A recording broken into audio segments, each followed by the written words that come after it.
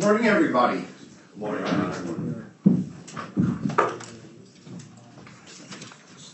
Hampshire County Superior Court is now in session. Please be seated.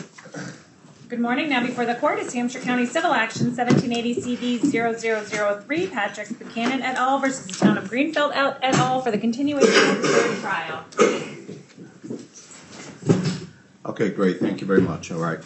All right, ladies and gentlemen, welcome back. I hope you had a great afternoon yesterday. Has anything come to your attention which has affected your abilities to remain fair, to remain impartial? Seeing and hearing no affirmative responses. Mr. Buchanan, you remain under oath. If you're so kind as to retake the stand. And Attorney Keston, you may continue your cross-examination. Thank you, Mike.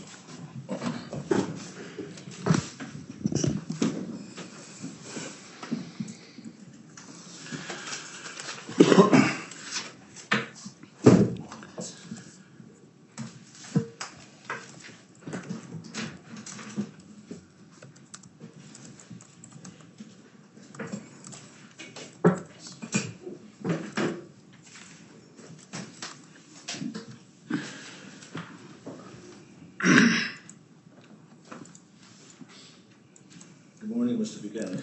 Good morning, sir. Good morning, sir. Good morning. What have you done since you left, since you finished your testimony yesterday, up until now to get ready for today's testimony? Slept. That's it? That's it. Didn't look at anything? Oh, I prepared a calculation for retirement. Oh, so you went to work and figuring out how much you're going to have to do for your retirement? That's not what I said, sir. I'm sorry, if you can speak up, I didn't hear the question. Thank you very much. You did calculations about your retirement, that's what you did? Yes. Did you meet with your lawyers? I didn't meet with him. I spoke with him over the phone. On the phone for how long? 3 times for maybe 5-10 minutes apiece. Did you review any paperwork? I did. What did you review? The documents that were that represented the retirement board forms. Did you review anything like your depositions, IA reports, any police reports, anything like that? No, sir. Now, Mr. Buchanan,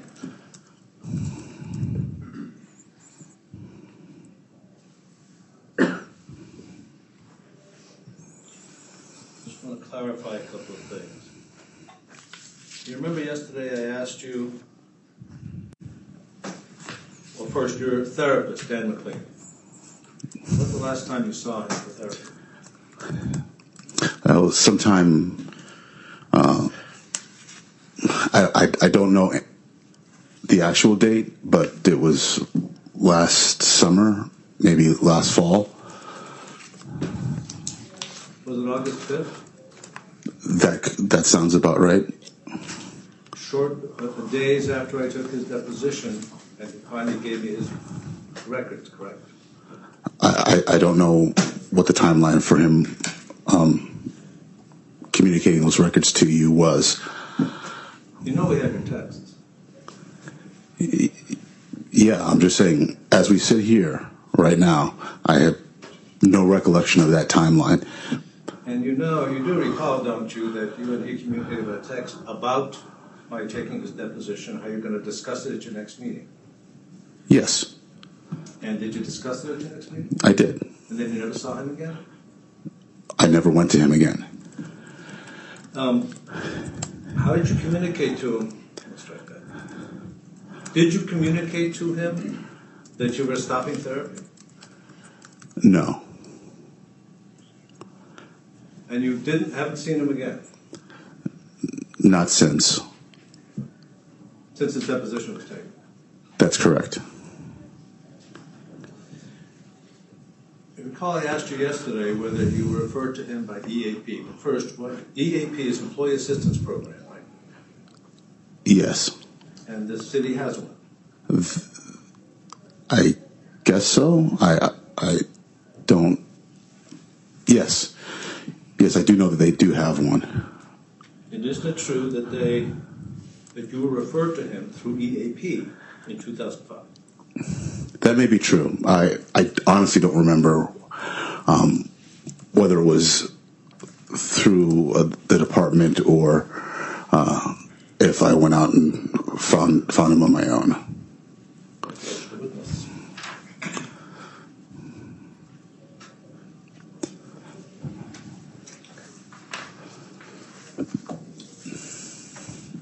Let me show you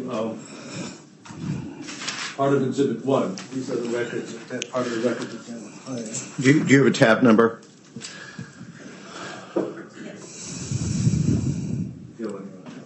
That's okay. It will be most helpful for the jury. 49.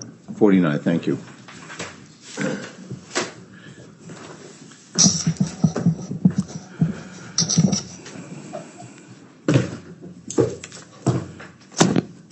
Say 49? 49. All right. Book 2. That's book 2, but it's not my tab 49, which is about 200 pages. But That is. This is section. oh, okay. See, that's a problem. All right, that's fine. Okay, it's part of tab It's in 49. there. Okay, thank you.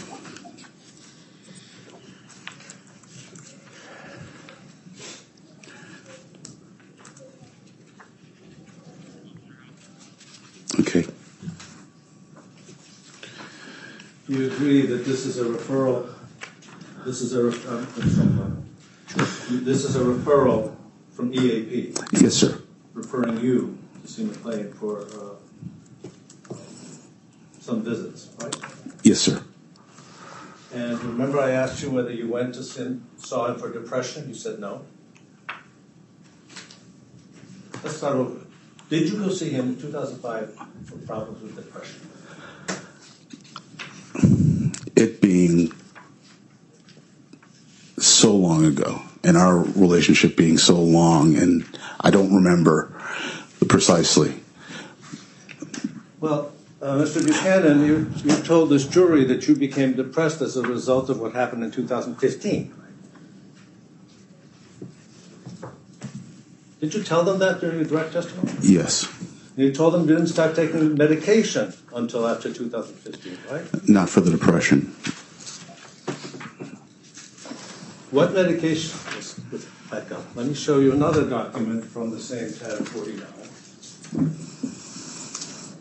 See, this is a care plan for you. And what are we looking at? The care plan in the beginning. I'll show it you. Yeah. Hang on. Mr. Buchanan, just a moment.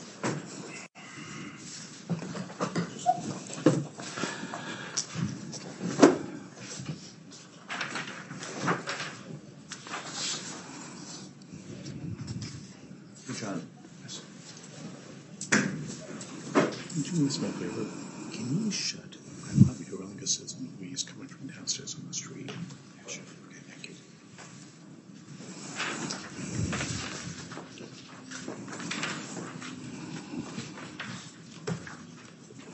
Is that your signature on the bottom? Yes, sir. And what's the date? May 31st, 2005. And up there where it says struggles, why don't you read it out loud? What you told Dan McLean your problems were in 2005. Real difficulties with getting tasks done on time, most due to a lack of initiative, focus, motivation, and follow-through. Depression has been prominent and characterized by excessive sleep and limited energy and interest. Objective goals, improved mood by renewing energy and enthusiasm, and the ability to complete projects on time. Strength resources, intelligent, insightful, family-oriented, conscientious, hardworking, responsible, supportive wife and children. Intervention. Oh, I'm sorry. I was asking you to read the care plan. This. Thank you. The jury can read the rest of it. Oh, I'm sorry. I'm sorry, sir. Oh, no problem.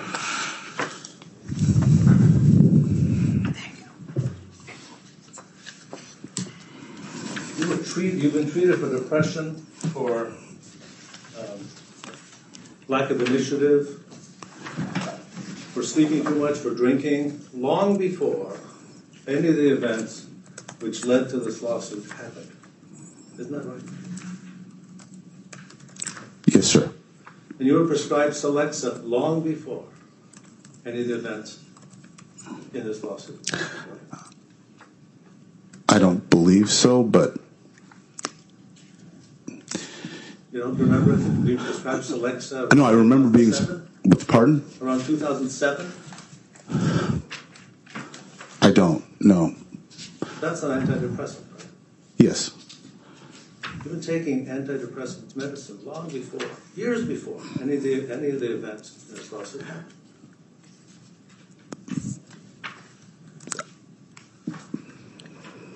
But please pose that as a question. I believe it was, but please rephrase it so we get an answer. Isn't it true that you were prescribed and were taking Celexa years before any of the events that you have sued for happened?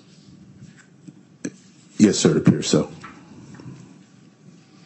So when you told the jury you never took any before 2015, you were wrong. I was mistaken. And when your lawyer asked you that question, he was mistaken. Again, I'm responding to these questions based upon my best recollection. I don't recall specifically when I started taking the Celexa. I thought it was much later than that, but it was a short period of time that I took it, and What? I believe it was a short period of time that I took the Celexa, like maybe a year or so. You now remember? I don't remember, sir. That's what I've been trying to tell Making you. it up. No, I'm not. I'm trying to explain. Explain. Okay. Now, Mr. Ryan asked you on direct how many internal affairs investigations you'd had in your career, right? Yes. And you said 2. Right?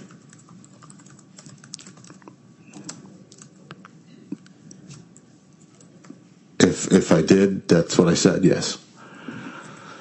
And you were describing the 2 that happened since Chief Haig took over. That's correct. You left out the other 18 that happened before. 18. Yeah, 18. I'll tell you what, let's start over. How many DIA investigations have you actually had against you, of you, in the Greenfield Police Department during your career? I don't know the number. Is it more than 2? Yes. Why did you try to deceive the jury on Tuesday? I did not try to deceive the jury. You told the jury there were 2. Why did you say that? Because I was thinking about the 2 that were in the period that we were talking about with respect to this case. I mean,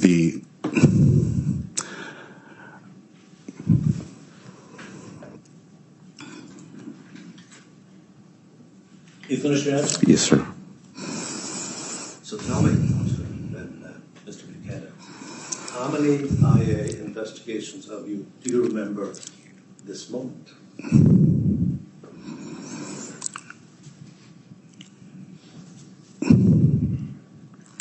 I remember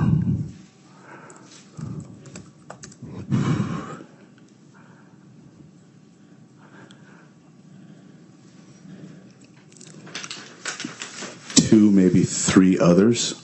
2, maybe 3 others. Yeah. Okay, which ones?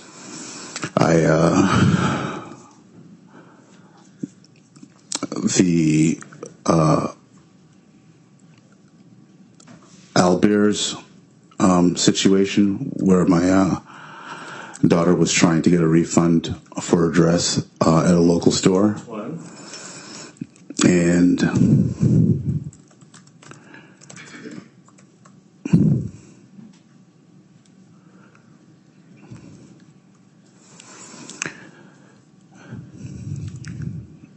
another one that had to do with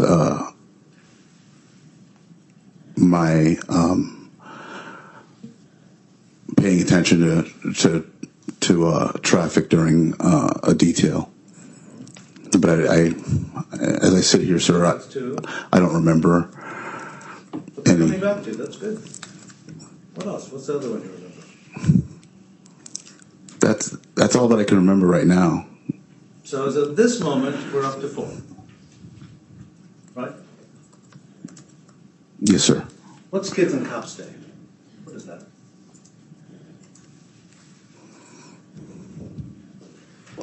I'm not familiar with the term.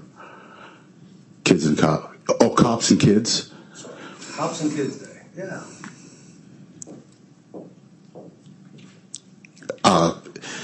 It was a 4-hour Saturday detail where you, as a police officer, would supervise young folks who were doing their community service. Do you recall an IA arising out of your behavior at a Cops and Kids Day? I don't recall, sir. You know, do you recall that a mother came in to complain about you, saying that you threw her son on the ground? You pulled his hand behind his back, threw him on the ground because he dared push your hand away when you touched him. Do you remember that? No, I don't. Don't remember that at all? I don't. You forgot. Objection, Your Honor. The question's been asked and answered at least Overruled. twice. You've forgotten that.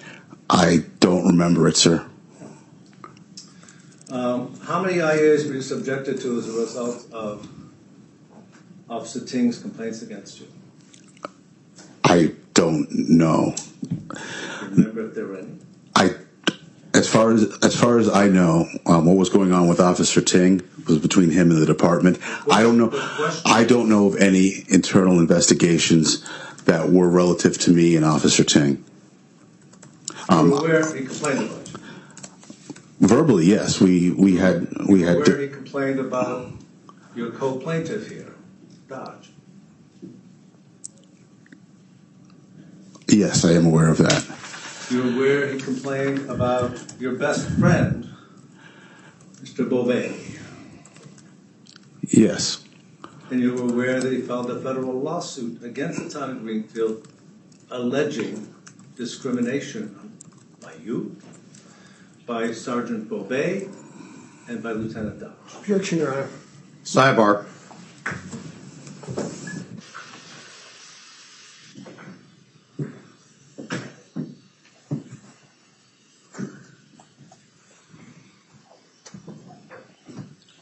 Okay, is that true?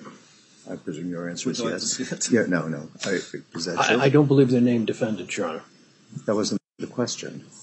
The question was against the city of Greenfield involving them or because of their behavior. Okay, what's your objection?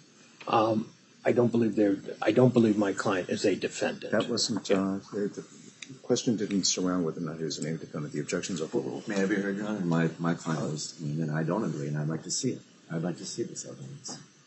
You will. No, All right. Well, I have the same last objection. all right, just brief Throwing moment. things against the wall. Well, I asked him. Sorry. just brief moment. You're saying that you do not agree or understand that there was such a lawsuit filed. Is that correct? I understand there was a lawsuit, but I don't think that the characterization is accurate, and I'd like to see the basis of it. Okay. Do you have a copy of the complaint? Of course. All right. When you bring it up, share it with counsel. Leave it up here? Or You sorry, can share it with counsel, then come back.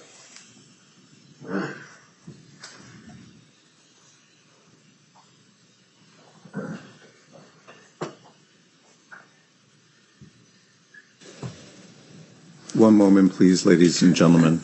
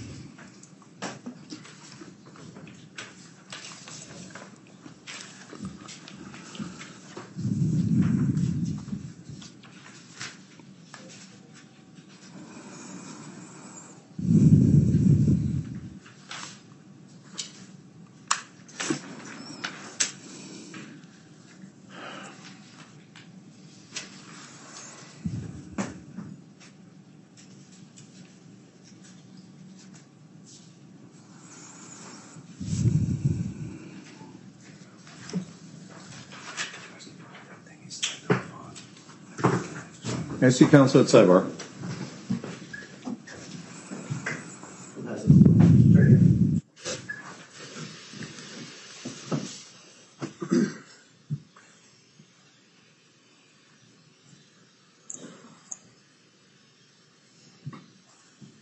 Okay, Attorney McDonough, are you going to maintain your objection, or have you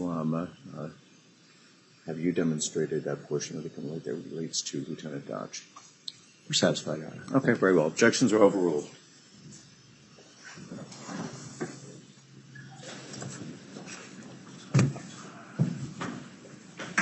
And Attorney Keston, when you return to the podium, please repeat your question.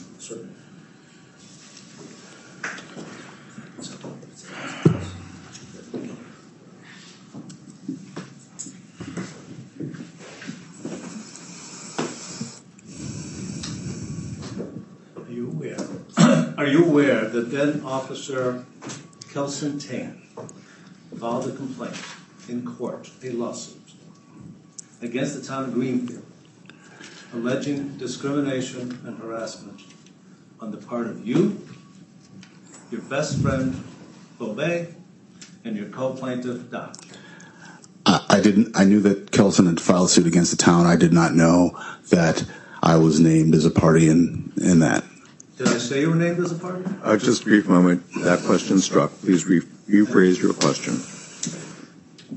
Are you aware that he sued the town, he called it the town of Greenfield, because she alleged that he was discriminated against and harassed by Patrick Buchanan, Todd Dodge, and how do you pronounce the first name of Mr. Bobet?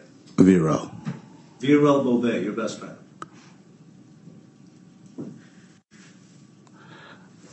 I was not aware that those were the terms of his suit. Sorry, go ahead.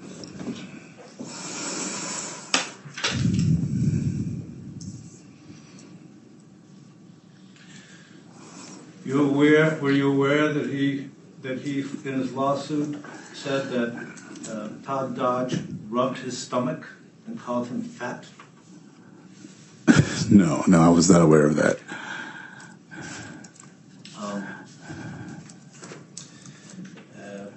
You've never looked at it, huh? No, I haven't.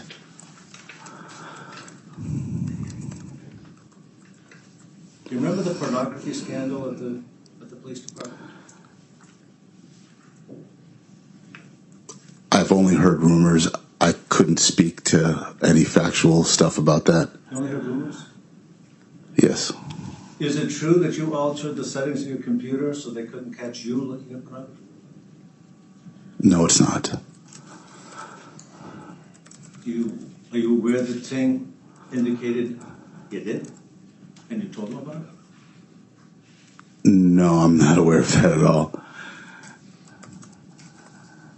Are you aware that Ting accused you and Bobet of harassing and targeting him for several years?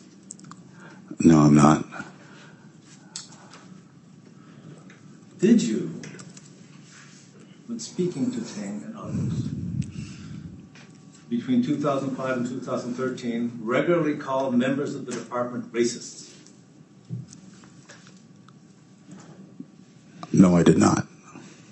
Did you tell Ting at various times that David Guilbeault, is that how you pronounce it? Gilbo. Guilbeault was a racist? Yes. You told him that? Yes. So you did tell him that other members of the department were racist? I believe the question you asked me if I regularly told people. So that, I but see. So occasionally you tell people that various members of the department were racist years before the events in this lawsuit? yes, sir. Who is David Gilbo?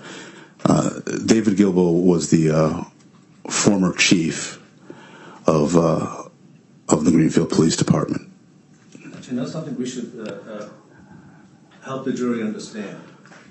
When you first came onto the department, who was the police chief? I would be Chief McCarthy.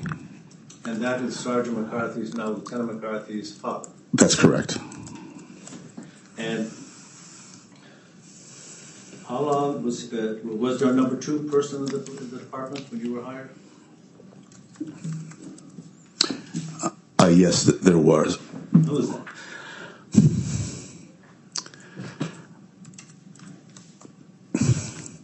His name now escapes me. Was it Newton?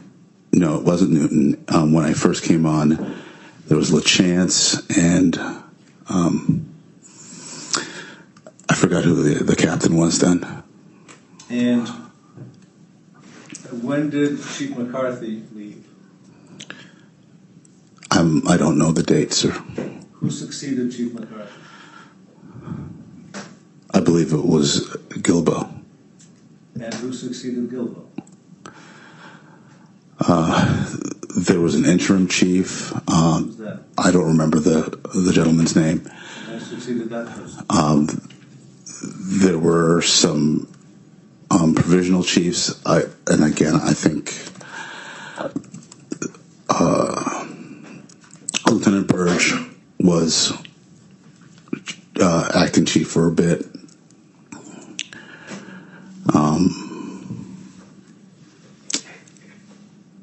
But the chronology escapes me. Why don't you tell the jury the names, that you can remember them, of all the police chiefs that were heading the Greenfield Police Department between McCarthy and Chief Hay?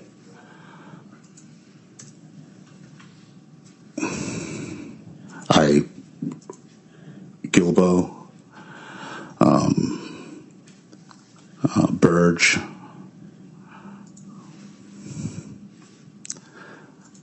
and the other names escape me. But there were quite a few, weren't there? 3 or 4, I think.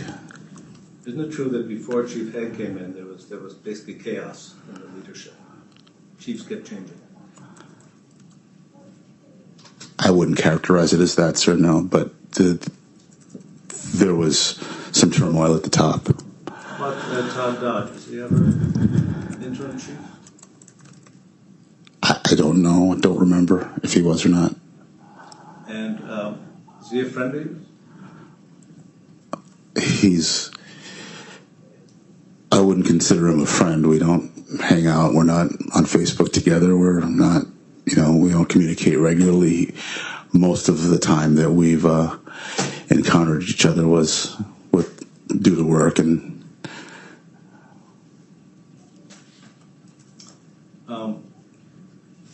Chief Hay came in the fall of 13, right?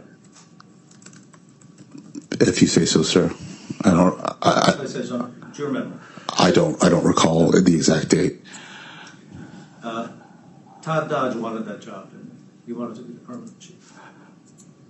And he told you that, didn't he? No, he did not.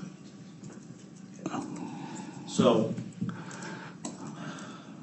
going through Kelson Tain's lawsuit, so you agree that you called David Gilbo a racist at various times? I called him a racist once. John Newton, That was Captain Newton. number 2 man in the department? Under Gilbo, yes. And you called him a racist? Don't recall that at all. No. Who's Gary Magnan? Lieutenant. You called him a racist? For very specific reasons. Joseph Burge, you already told us you called him a racist. He's a racist too. When did I say that? You haven't called him a racist? Joe Burge? Yeah. No. I like Joe Burge. I've cooked for Joe Burge. I mean, we disagree on a lot of things, but You cooked for Robbie Haig, haven't you? I don't know if Chief Haig has had the pleasure of consuming any of my meals, but You have no problem giving him the pleasure of consuming his meals, right? no, Right? I don't want to mischaracterize this, but I do not hate Robbie Haig. As you said before, I've never called him a bigot. Except in this lawsuit. Again, in this lawsuit, no. What I'm claiming here is that I was discriminated against because of the actions that the department took. Because of your race. Because of my race. And Chief Haig was in charge of those actions, right? And that doesn't make him a bigot. Just makes him a discriminator. That's it. Well, I didn't say bigot, you said. The allegation Objection, Your Honor. Sustained. Please rephrase your question. The allegation is that from 2005 to the present, you regularly called members of the department racist, including but not limited to. Now I've gone through some. Who's William Godron? William who? Godron. Gordon? Is his first name William? I'm sorry, sir. This is your question. Who are you talking about? The way it's spelled in the lawsuit is Godron. Godron. Do you know who that is? There is no such person in the department. Dan McCarthy, that would be the chief's son, right? Yes, sir. You called him a racist. Yes, sir. As of 2013, you had been calling him a racist, right? Yes, sir. James Rode, racist. No. Todd Clark, racist. Jury's still out on that.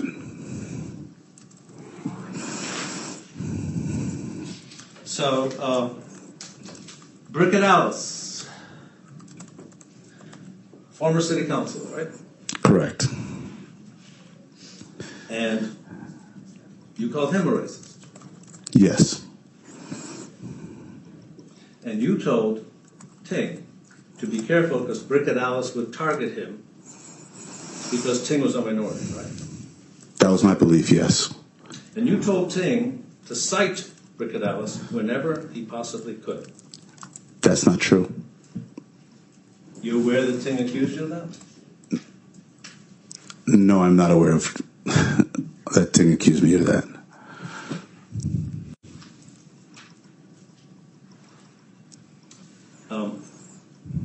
You got this Mothers Against Drunk Driving award. When was that? 2005, 2006.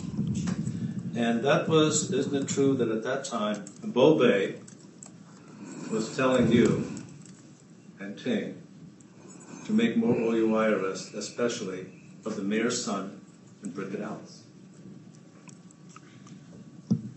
That's not true at all.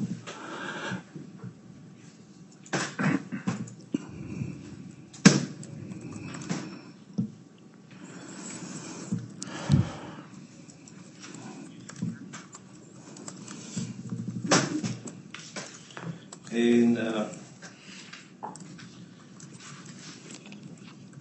2006, 2007, did you go drinking on your boat with Sergeant Bovee regularly, often? I'm sorry, the dates again? 2006, 2007, 2008.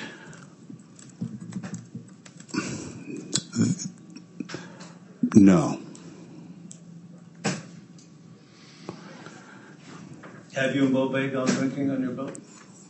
We've been on my boat and had a couple beers, yes, but not regularly, as you phrased it. I took away the regular, but you've done it. A couple of drinks? Usually. Well, you reported to Dan McClain that you have had issues with the consumption of alcohol. Yes. In 2011, did you tell Ting that he couldn't sue either you or Sergeant Bovee for racial harassment because they were minorities? That is, you being Jamaican and Bovee being Romanian. That's ludicrous. No, I'm sorry. How does my country of origin prevent anyone from suing me?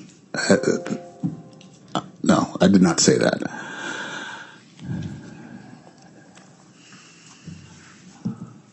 Did you ever hear Bo Bay make fun of Teng for being an Asian? No.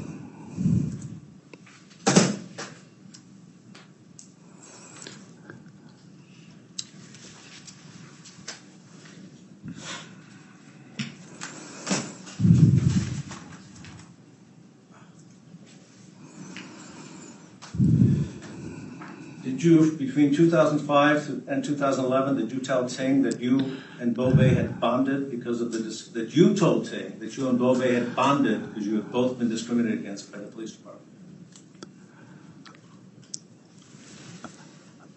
That's not anything that I remember, no, sir.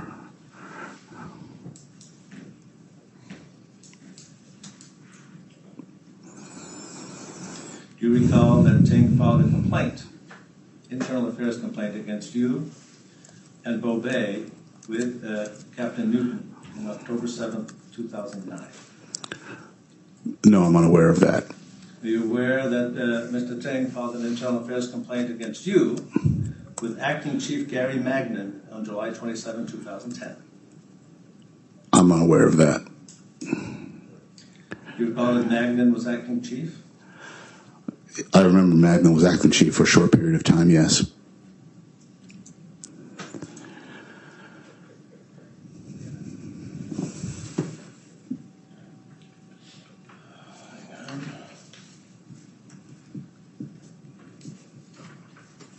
Is it true that between 2009 and 2011, you and Bo Bay told Ting to target local politicians for OUIs?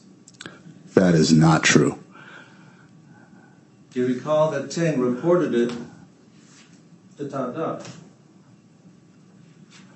Do you know that? I did not know that.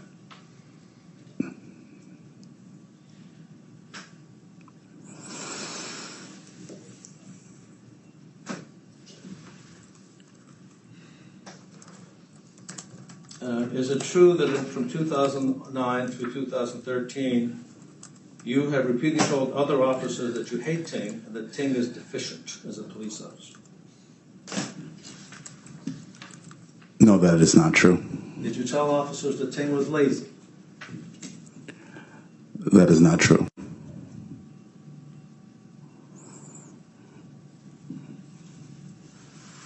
Do you recall that in 2011 you filed a complaint against Ting? I don't recall it, no, sir. Do you recall that in July 27, 2010, Ting filed an IA complaint against you? No, sir. Removing a man that Ting had arrested and taken to the ATM.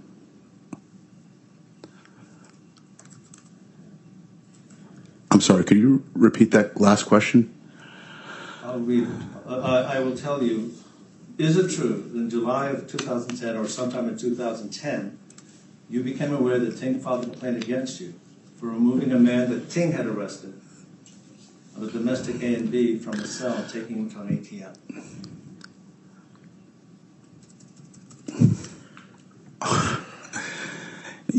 I didn't know that he had filed a complaint. No. Do you remember the incident? Yes. You remember being asked questions about it? I was in charge. You remember being asked, you remember the incident? Yes. I do remember the incident. And that's a yes or no question. Okay. And now we're going to go with, do you remember those being asked questions about it? I don't remember any of the questions about it.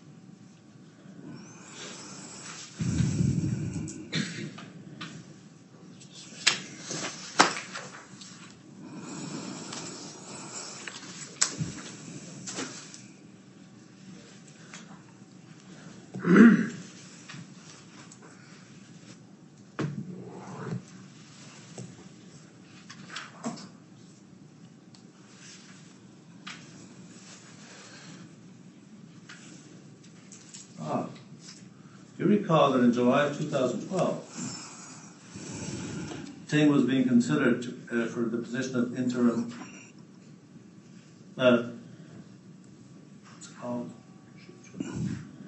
Provisional sergeant.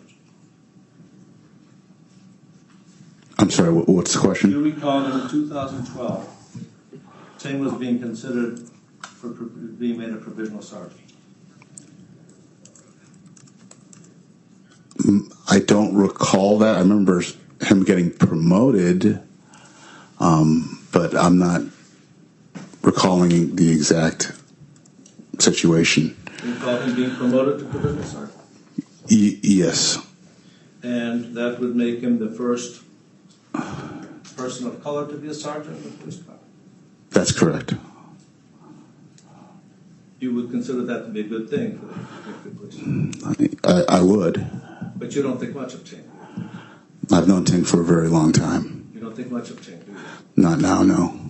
Not ever. No, we used to be close. Well, you recall that then Chief Burge wanted to get you and Ting and Todd Dodge here into a mediation so you guys could talk out your differences in 2012. Sidebar.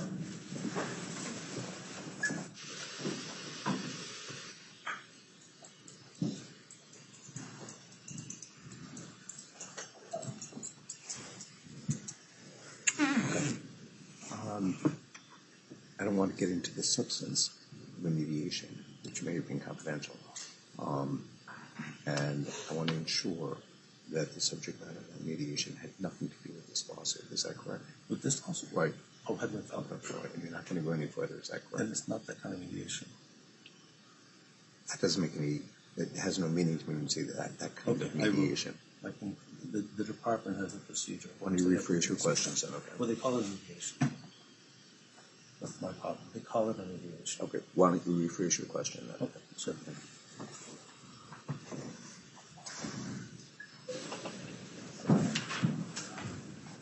Please rephrase your question.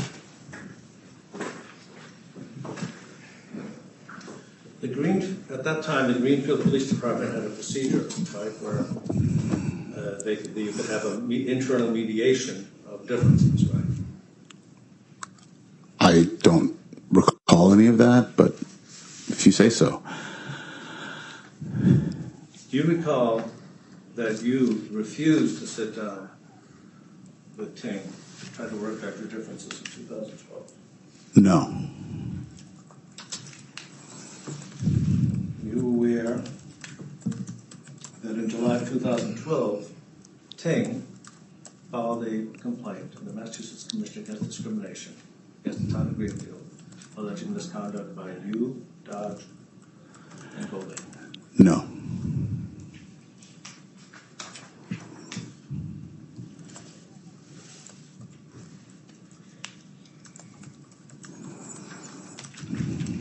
And just so we're clear, you remember the lawsuit now? You remember that there was were you aware I the remember. lawsuit was filed? I remember that that Ting was in the process of filing a lawsuit against the town. I don't know whatever became of it, how it resolved. Before you bringing it up here, I hadn't really put much thought to it.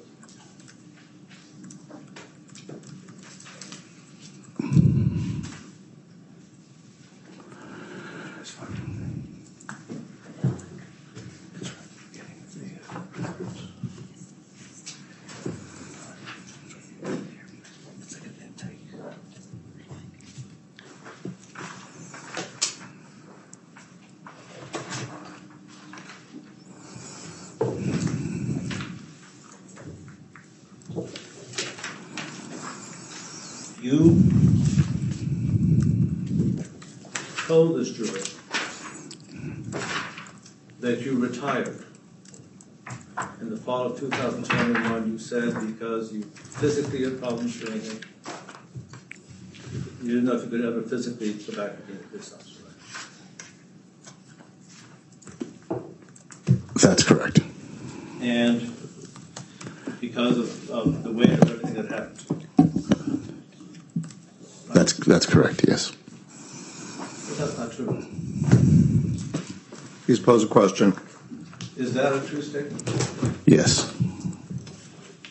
When did you first tell anyone that you were going to retire in the fall of 2021? Okay, if it's this courtroom has poor acoustics. It's not you, but I truly am having difficulty hearing Yes, you. sir. Okay, thank you.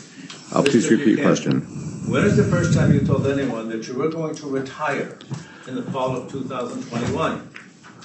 I don't know.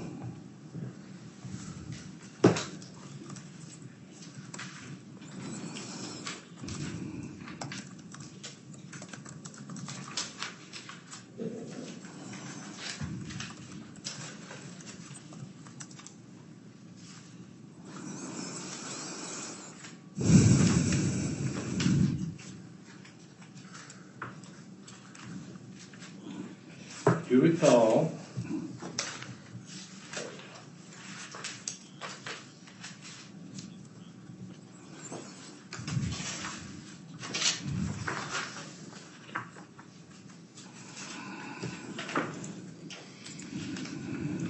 by the way, you were telling us yesterday that you didn't know that Dan McLean kept notes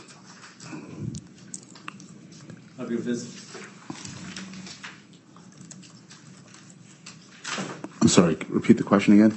Didn't you tell this jury in his honor yesterday under oath that you didn't know that Dan McLean had notes of your visits? While I was seeing Dan, I didn't know that he was taking notes because he never had a pen or paper out during session, jotting anything down. So I did not know. The only time that I became aware of that was in when you requested his documentation. Do you remember signing an intake when you started treating with him in which you were informed in writing that contemporaneous notes would be kept of the visits? I don't remember. No. And have you reviewed the notes that we got from him? Some of them, but again, I couldn't tell you the last time that I reviewed those. Then you only reviewed some.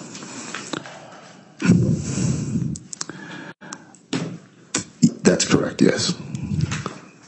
I couldn't testify to the contents of the notes that were provided to you.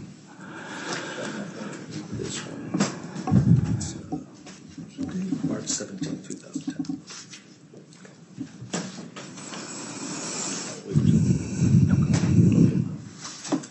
I'm going to read out loud the note which is in Exhibit 1, tab 49.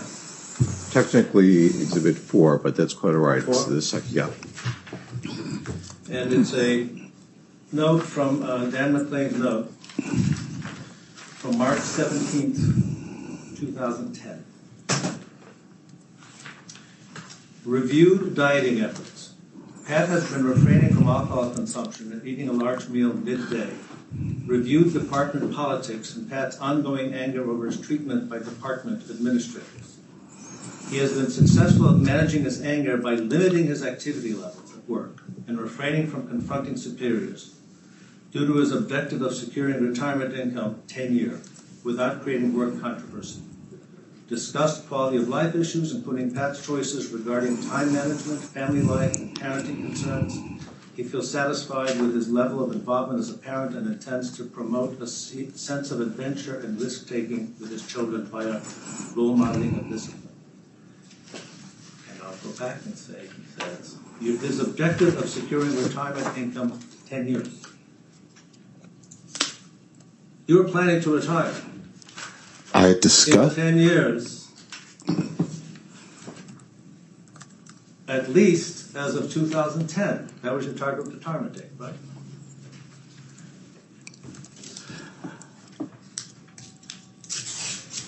That's incorrect. Right. Correct. Let me show you a note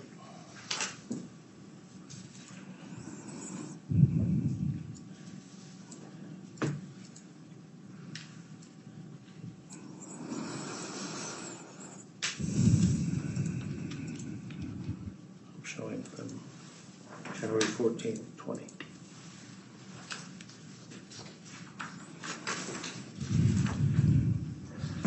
As of January 14th of 2020, were you, what position were you holding in the Greenfield Police Department? I'm sorry, the date again? January 14th, 2020. I believe I was a patrolman. Not a provisional sergeant? I'm sorry, I'm a bit out of sorts here.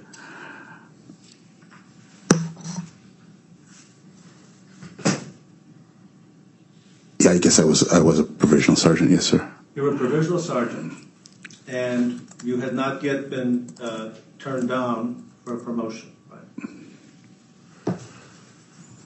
As of January 2020, let's back up so we're clear. At some point in 2020, there was a promotional process and you didn't get it, right? That's correct.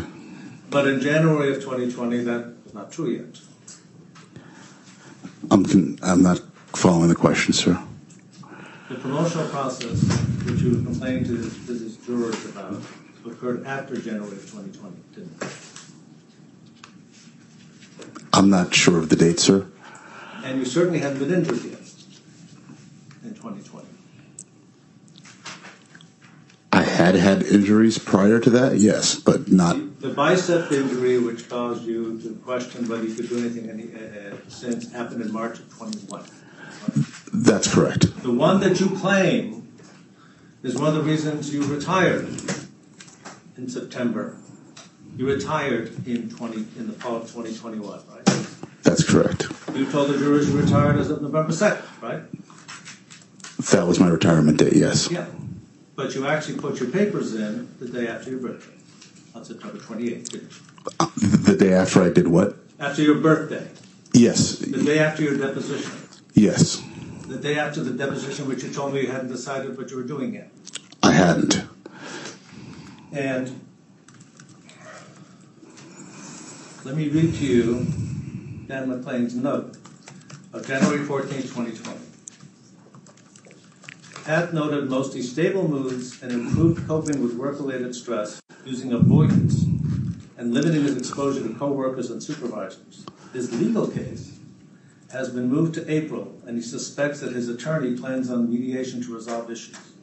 We reviewed family life and his pending retirement next September 2021. You told Dan McLean to retire in September 2021 before any of the events that you claim caused you to retire happened, didn't you? I don't remember that, but I discussed a lot about retirement. And the date. Again, I don't mean to be disrespectful here, sir, but had things been better at the department, I'd still be there. I'd still want to be there. When I'm talking to my therapist about ways to get my mental health back to a palatable level, yeah, getting out of the job is one of the things that you talk about. So, talking to my therapist about possibilities. Your pending retirement. Those are his words, but I'm talking to my therapist, airing stuff out, and you're making it seem like these are affirmative, rock solid plans. If I could go back and things would be good, I'd go back. But history has not dictated that was going to be. In 2010, none of the events for which you're suing had happened, and you were already planning your retirement. Objection, Your In 2010. Just to be, is there an objection? No, Your Honor. I misheard the year.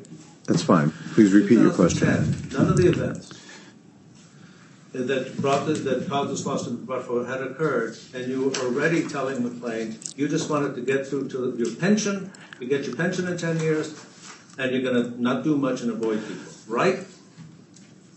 No. The fact of the matter is, anyone who's That's no.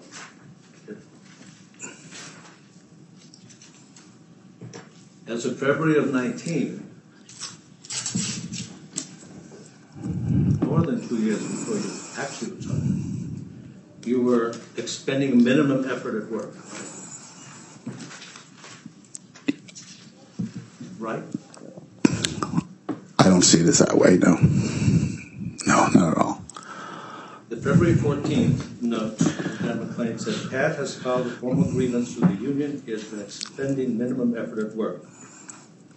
And reports his supervisor talked to him about his sick time usage. Tell McLean that you were expending minimum effort and that people were concerned with overusing sick time? I remember talking to him about the comment that Lieutenant Burge had made to me about sick time use, but I don't remember the other part of what you said as far as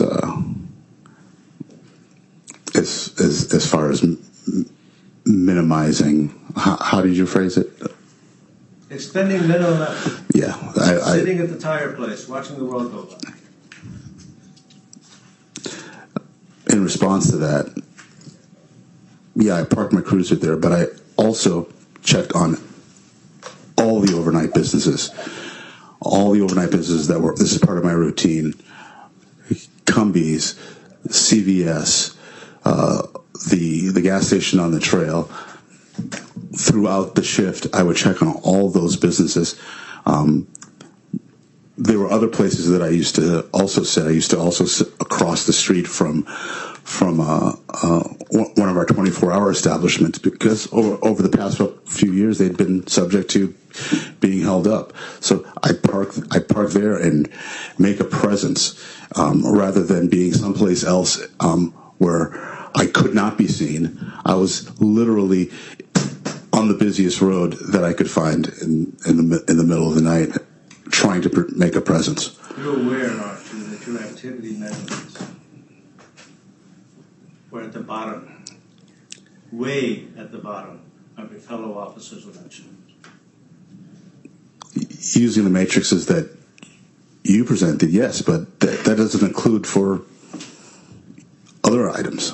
By every matrix that the police departments and the Greenfield Police Department uses to measure whether their officers are working or not, you were way at the bottom.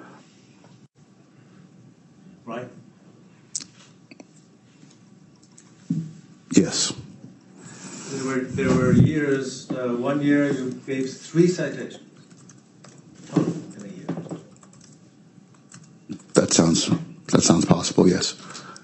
And you, as you told us yesterday, you would respond to calls, but other than that, you would read the paper. What'd you say? Read the paper and study. On duty, right? Yes, sometimes. Studied for the promotional exams? Sometimes I That would would. give you an advantage over the officers who were working, right? If Right? if Yes you, or no? no, it wouldn't.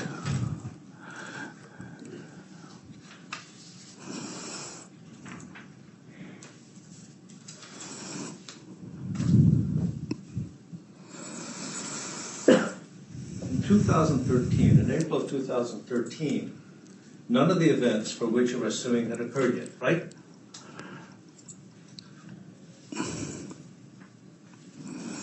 Let me rephrase. The first event you complain of is the IA investigation in January 2015, right?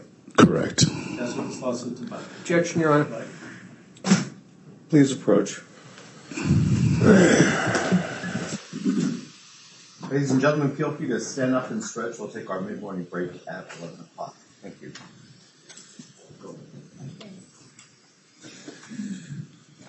I gotta find it. My brother's mischaracterizing the complaint, Your Honor. It's inevitable. I'm going to call in the... Well, and then you'll be literally in probation. They focus ground now? Yeah. Okay, what's the objection? Please? So, he's saying that it's the His bypass. instance was Yeah, in- but the complaint in paragraph 7 says it has to do with the civil service exam, and that's the precedent event. Read it, Len. Okay, well, I understand. Well, okay, why don't, just a brief moment. They're related, okay? So, I'll sustain the objection. You can rephrase your question. Okay? Thank you very much.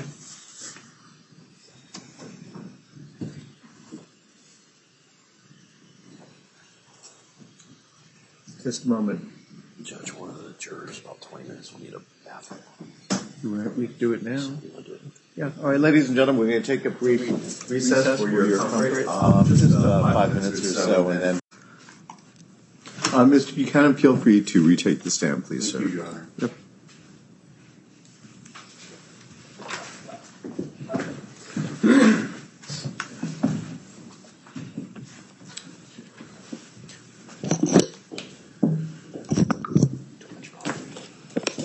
That's why I'm not drinking coffee.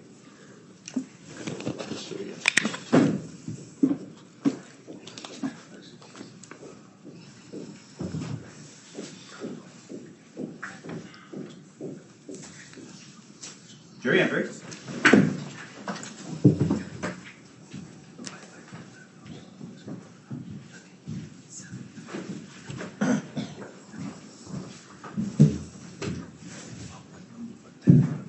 Hampshire County Superior Court is now back in session. Please be seated. Welcome back, ladies and gentlemen. Has anything come to your attention which has affected your abilities to remain fair and impartial? Seeing and hearing no affirmative responses, let's pick up where we left off. Attorney Keston. Your Honor.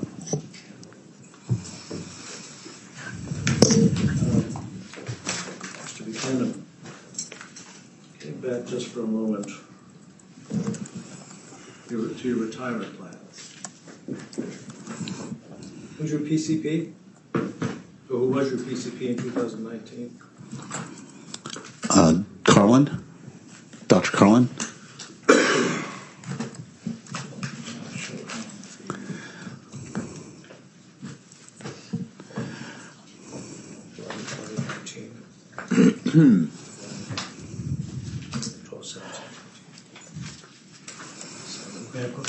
Yeah, counsel need not request leave of court at all to approach any witness.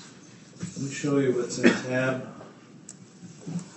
Alexi, Erica, tab 35. Valley, in Exhibit 1. I think I have that. See the encounter date? I'd have to hold the documents. Word circled. See the encounter date is what? 11/20/19. November 2019. Okay? Mm-hmm. And you're a provisional sergeant, right? Yes, sir. There's been no IA started of you as a result of the, I strike that. 2019. You have not yet been denied promotion to permanent sergeant in 2020, right? Yes, sir. Had you applied to be a permanent sergeant as a result? I felt that it was an ongoing process, so yes. Look at the underlined part to see what you told them as to your retirement plans in November of 2019. Just underlined part. Retires at end of 2021. The encounter date of this one, December 17th, right? Mm-hmm. 2019. About a month later, right? Yeah, that's all right. December 17th, 19. Look at this. Let's start. What did you tell your doctors as to when you were going to retire exactly? I'm sorry. I'm sorry. I got to hold it if you don't mind. Not at all.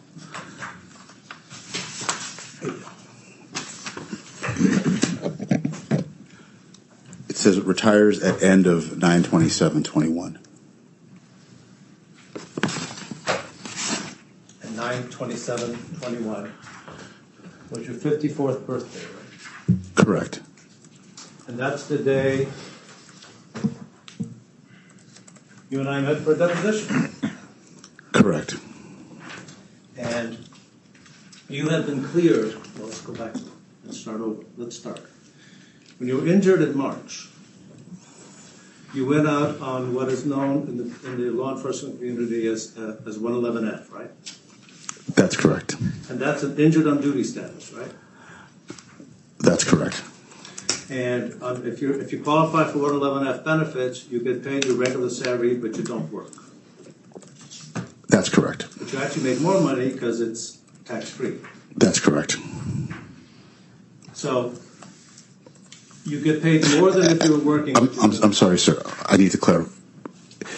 It's correct that it's tax-free, but not correct that I'd make more money. Because of details. Details, overtime, Okay. shift differential.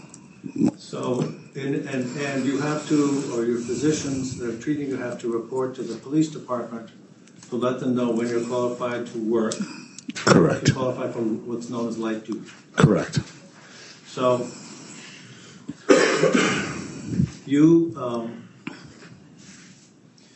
you were first qualified for light duty in August, right? I believe that sounds about right, yes. But there was no light duty available.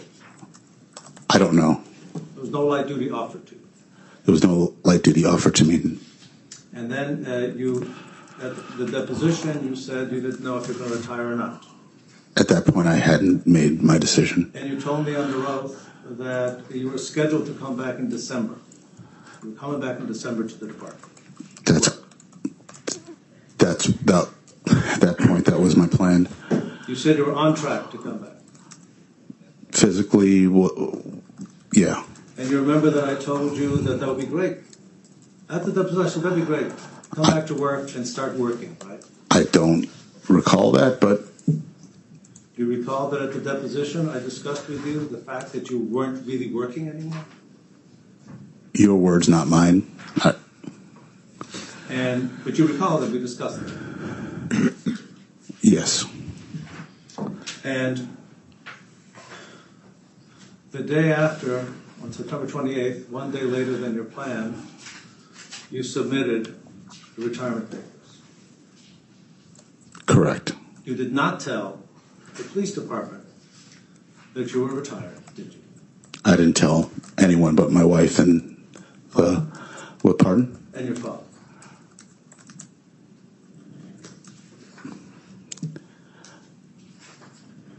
My wife, the woman at the board. Did you tell your father? I don't remember if I did or not, but it sounds like something that would have come up with both my parents that I finally decided to put in the paperwork. In September of 2021, where was your father?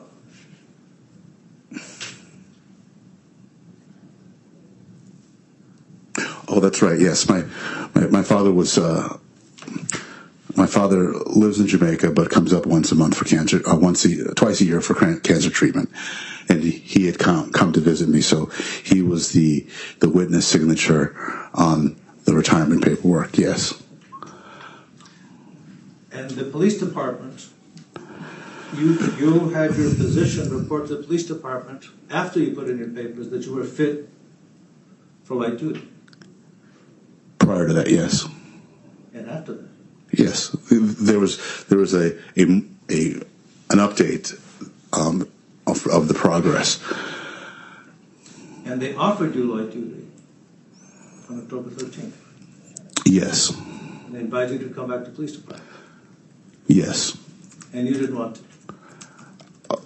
By then, the cast the die had already been cast. I had submitted my paperwork, and I asked Deputy Chief Gordon if he could come by my house and talk with me, and I explained to him what was going on. So even though there was a job to do, well, let's back up. You had put in your papers to be effective November 2nd. Correct. Was that a significant date for you, November 2nd? No. The question is, was it a significant date? No, it wasn't. Did you select November 2nd as the date to put in? Ultimately, yes, but it was at the direction of the retirement board. And you didn't provide the department any services between October 13th and November 2nd, right? No, sir.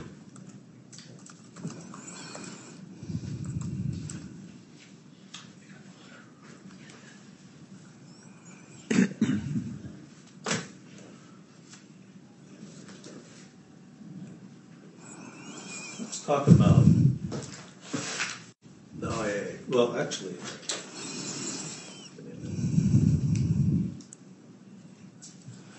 so back up for a moment. How about your testimony yesterday on direct examination that you had never had any IAs, internal affairs investigations of you prior to the one that set out this lawsuit? That's what you told the jury, right? That was my recollection. Yes. You had forgotten 18 of them, right? I can't know about stuff that I was never informed about. Huh? You were never informed of it? You know, you're saying that there were 18. Yeah. All the items that you speak of with Officer Ting, Provisional Sergeant Ting, I was never aware that he had filed a complaint that resulted in an IA. Usually when you're subject to an IA, you get notification, as we've said before. But Well, let's talk about the ones that you got notified. 18 of them? So No. how many did you get notified of that you didn't tell the jury about? As I've said before, I don't remember. Any number? You're saying it wasn't 18, but I'm exaggerating. Tell me what number you remember. I don't remember. So at the time you told the jury, through the questioning of Mr. Ryan, That was my told best them recollection. You only had 2, that you had a perfect record before, right? That's what you told them. Right? Yes. Did you prepare to testify? Not really, no. Okay. You remember in January 6th, that in 2002, you were investigated for making an OUI arrest out of the county.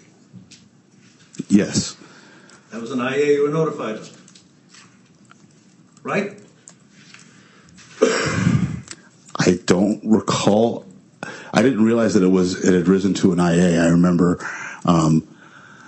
the circumstances having to didn't. But again, I don't. The question is, No, were you notified of that investigation? I don't remember. Okay. In 3 months later, kids and cops, we're not notified that you were being accused of excessive force and the violation of civil rights of a 16-year-old child whom you had thrown to the ground during the event. You know that? Again, I don't remember that. And you remember that those people in the department, some of whom you've accused of being racist, did not impose disciplinary further.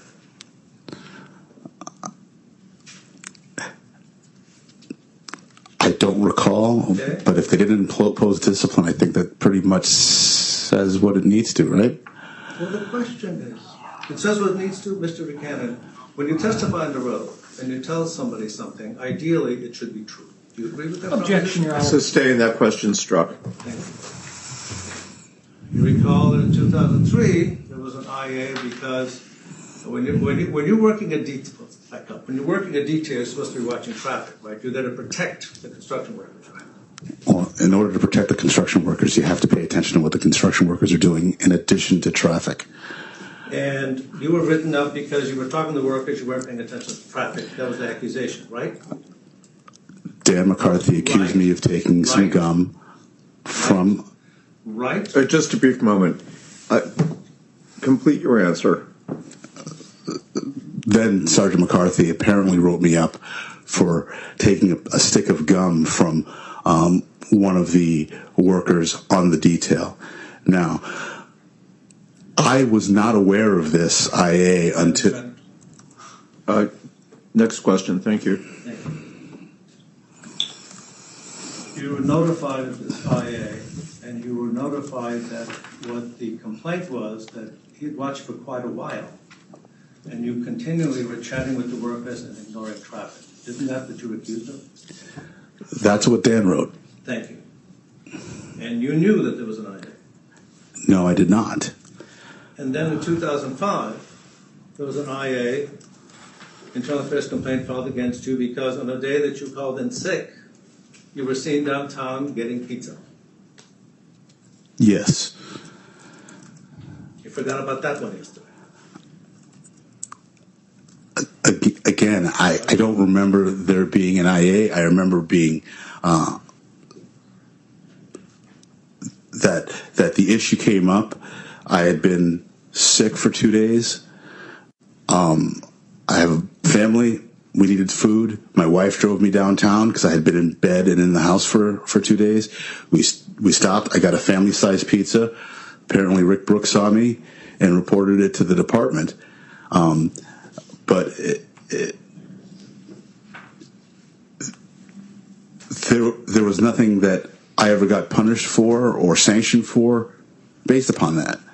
The question that was posed to you was whether you were ever the subject of an investigation, and you denied it. I answered the question to the best of my knowledge at the time that it was asked. You're giving me all this information. You recall that Ting filed an IA against you on October 7, 2009, a 13-page complaint. Did you get notice of that? Not that I recall, sir. No. You recall Megan Cloutier is a female police officer, right? Yes. And you recall that she filed a complaint against you because you forced her to pat frisk a male prisoner who, I want to put it delicately, was in a condition that she was not comfortable even touching him. Remember that? Remember that, Mr. Buchanan? Do you remember the IA? I don't remember the IA because I spoke to the lieutenant about it. He informed me that Megan had made that complaint. I admitted to it that the circumstances were Officer Cloutier was new. Sidebar.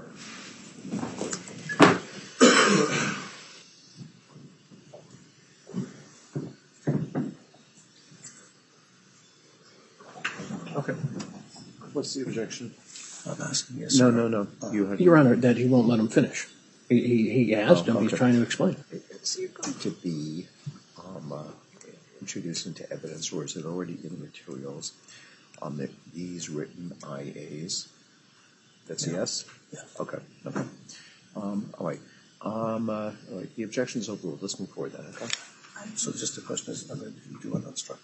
I'm asking you to instruct him that he's supposed to answer the questions. If he has no questions, yes, no, I don't like an answer. It's a question. Well, no, I'm not going to do that. We'll take them one at a time. Okay, so we're going to move forward. I have grave concerns about this trial going well beyond the schedule. It's not funny. It's not funny at all. He's your witness, okay?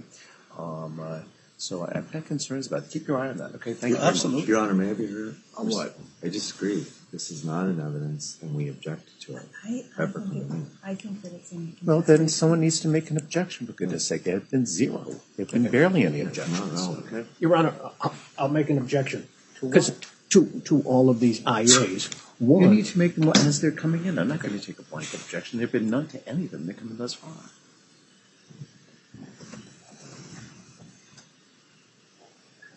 The objection's overruled. Please repeat your question. Mr. Buchanan, I respect that testifying at a trial is not like having a conversation. And so please ensure that your answer is tailored to the question. Please repeat your question and let's proceed. Yes, Your Honor.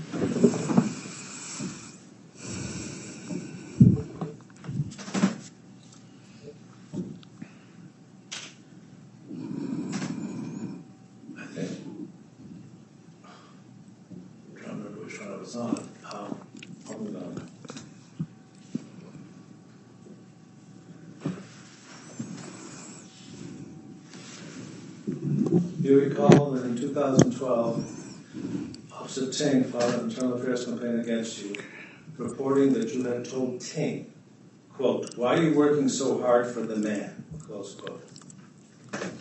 He complained that you accused the administration of being racist white people who took advantage of minorities. Objection, Your Honor. Cases? One, he hasn't identified the IA, and I believe he's reading from the complaint that Officer Okay, well, Ting- he doesn't need to identify the IA. Why don't you finish your question, and we'll take it from there, okay? You recall that in 2012, Ting filed an IA against you, saying that you told them in part that the administrators are being racist white people to men and minorities, and that you called Ting an Uncle Tom.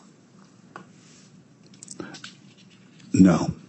Did you ever call Ting an Uncle Tom? No.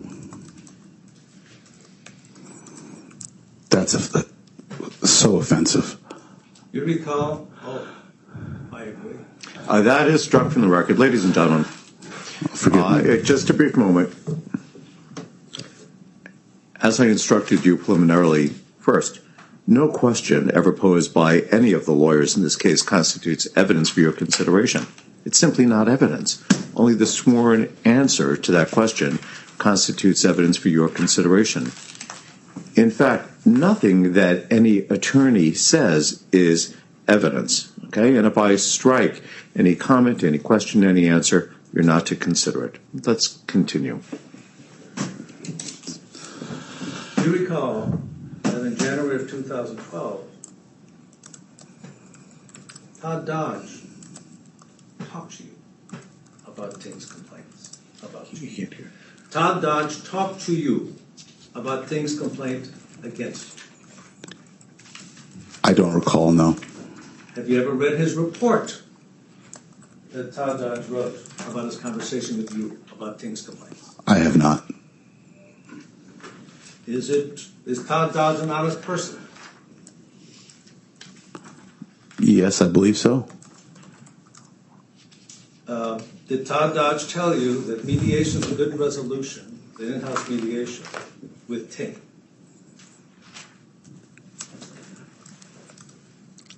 I don't recall that, no. Did Todd Dodge tell you that mediation is not punitive or disciplinary? It was simply an avenue to take in an attempt to solve a problem. I don't recall that, no. Is it true that you laughed in an extremely loud manner, almost patronizingly, and told him, not disciplinary, how can it be construed as anything but? I don't recall that at all. Do you recall that he said to you that you be compensated for your time, and if you chose, you could take a departmental vehicle to the session? Don't recall that at all, no. Do you recall that you then stated, you know how this looks, right? You're sending the two minorities only. Again, don't recall that at all. You have no memory of any conversation with Todd Dodge who was urging you to go to mediation and work out your differences? I don't. I don't. You recall in 2012, Brickett Alice reported to the police department that you were targeting. I don't recall that, no. Well, you had issues with Brickett Alice, didn't you? Yes, You felt he was targeting you. he was. And he said you were targeting him. Right? I don't know. And who was the mayor in 2012? Mayor Martin. And Mayor Martin has a son. He does? He doesn't. I don't know. Have you heard that you haven't been referred to as part of a hit squad that you're aware of? No. You were not aware of the terminology in town that you and Bobet were at the, quote, hit squad, close quote. First time I'm hearing those words paired up with my name. Well, Bobet's your best friend, right? He's one of my closest friends, yes.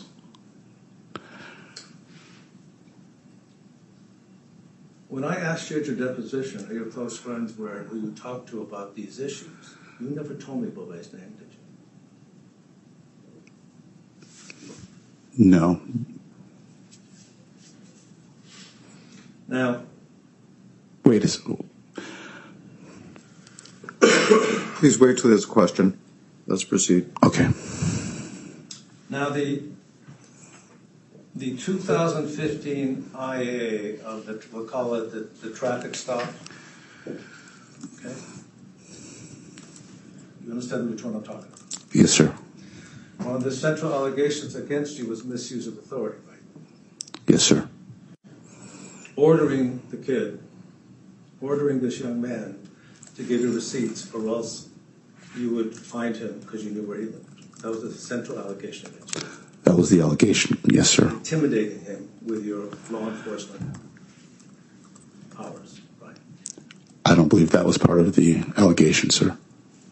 And in 2000, 6 months earlier, a shop in town filed an internal affairs complaint against you for misusing your authority. Didn't they? That was the allegation unfounded. That was found unfounded? Yes. By the racist administrators? By Joe Burge. Yeah. I never said that Joe Burge was racist. Joe Burge, when he did the investigation of the traffic stop, found there were violations, right?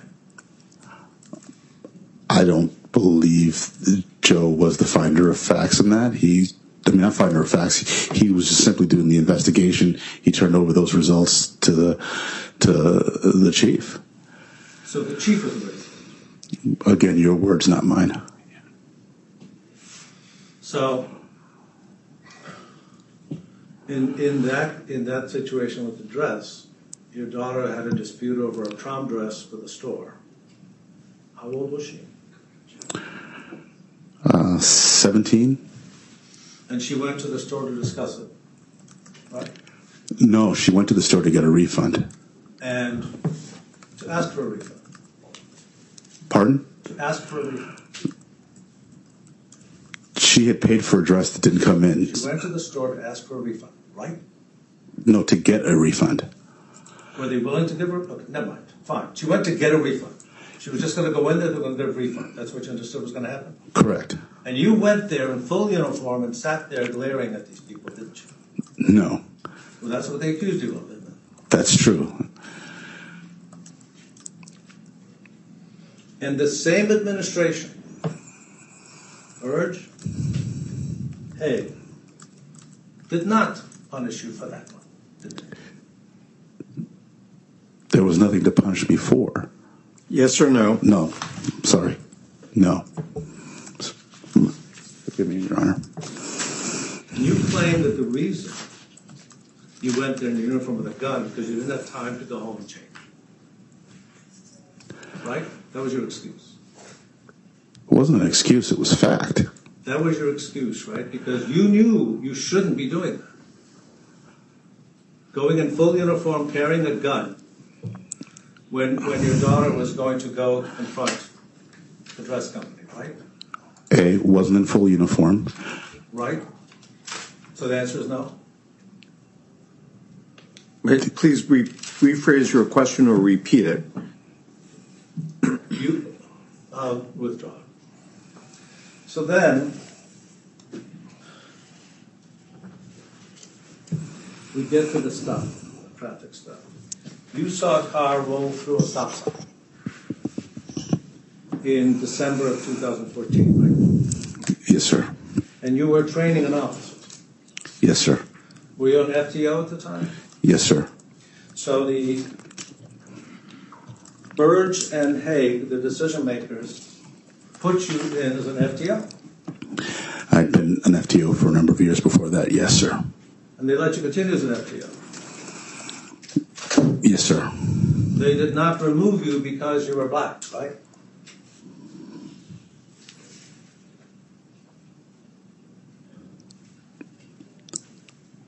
Right? Yes, sir. And the chief made you a provisional sergeant, right? Yes, sir. And even though you're black. I'm sorry? Even though you're black, he did that.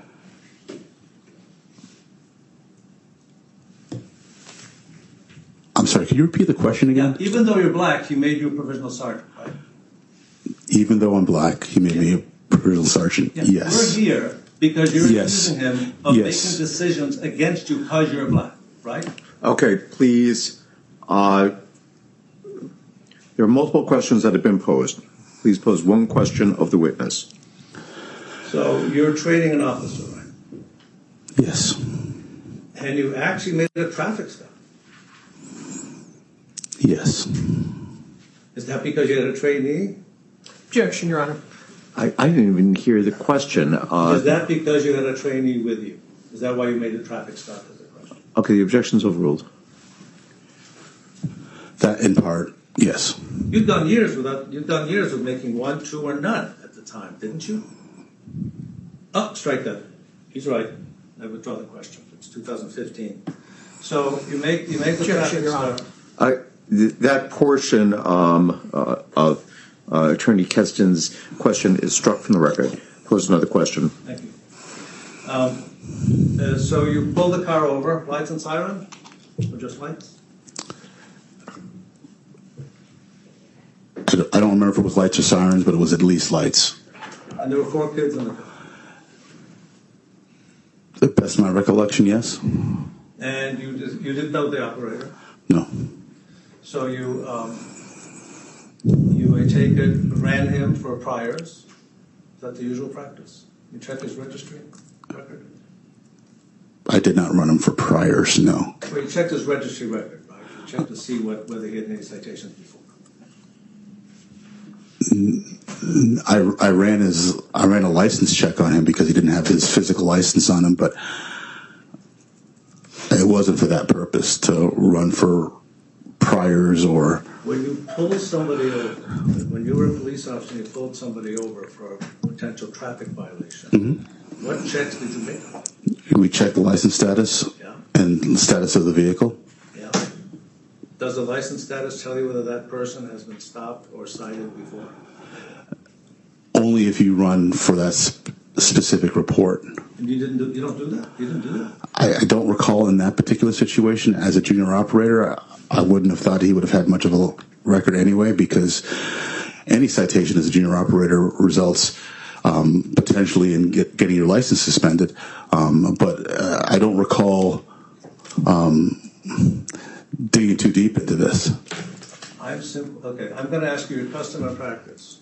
In the fall of 2014, when you pulled somebody over for a traffic violation, what checks did you run? I've just told you, the license check and the registries check. No matter who it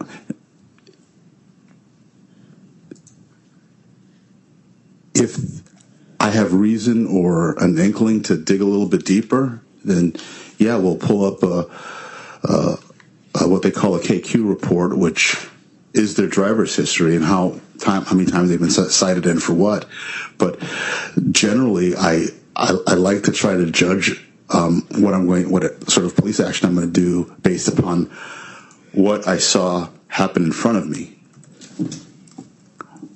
Is it not the policy of the Greenfield Police Department that whenever you stop someone, you check their record, registry record, you check for warrants? Aren't you required to do that? The warrant check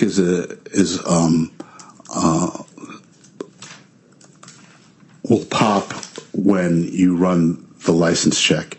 If there's an outstanding warrant, you'll get an alert.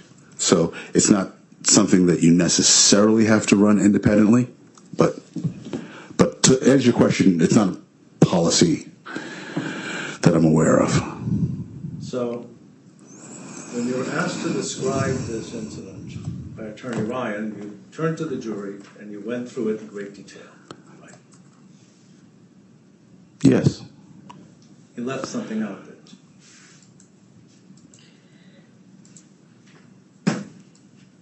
I'm sorry, is there a question? You left something out from that version, didn't you? I told you the best of my recollection. When you told the jury what happened, did you recall that you ordered this kid to deliver receipts around? I did not. Do you recall it now? Recall what? Telling this young man to buy his mother something and to deliver the receipts to you within a certain amount of days. And that was not true. You didn't tell him to bring the receipts? Not Not the way you're characterizing it, no. Did you tell him to buy his mother something and bring the receipts to you at the station? Yes or no? No. Do you recall being interviewed by Lieutenant Burge? Yes. Do you recall the question, have you ever listened to the tape? No. Do you recall that you told Lieutenant Burge originally that you hadn't?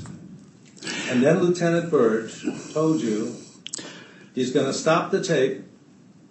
He suggests you confer with your union rep, who was Tadash, because the truth is really important. And then, when the tape was turned on and he asked you the same question, you said yes. Do you recall that? Yes. Have you reviewed the IA investigation of Lieutenant Burge? Not with any specificity. And you know that three of the witnesses said you ordered him to do it. 3 witnesses said the exact same thing. Yes. And that you're trying to suggest a lie. No. They all said that you ordered him to do it, and if he didn't do it, you knew where he lived. That's what they said. The police officer orders me to get a Valentine's Day bouquet of flowers for my wife, and then orders me to deliver let's back up. The criminal justice system consists of typically the police initiated, right? Yes, sir. Then the courts decide whether you're guilty or not and impose punishment or requirements, right? Yes, sir. The police department never judges people, right? They just report to the judge, the judicial system, who makes decisions, right? I wouldn't agree with that, no. And you, indeed, had done something like this on multiple occasions before December of 2014, hadn't you? Yes. Ordered people to do things and then to report back to you. No. Mr. Buchanan, you and every other Greenfield police officer always has the discretion as to whether or not they could give somebody a traffic citation, right? Correct. There's nothing stopping any officer from saying, you know, Mr. Keston, I'm not going to cite you this time. I'm going to give you a written warning or a verbal warning, right? Correct. Or no warning at all. Correct. You seem like a nice guy. Just don't do it again. You can do that, right? Correct. Perfectly legal. Correct. It is illegal, isn't it, to tell me, you know, Mr. Keston, I'm giving you a warning or nothing at all. But you better buy your wife some flowers and bring me the receipt to prove you did it. That's completely illegal, isn't it? Objection, Your Honor. Sustained. Were you aware that would be, do you agree that would be an illegal order? Objection, Your Honor. Sidebar.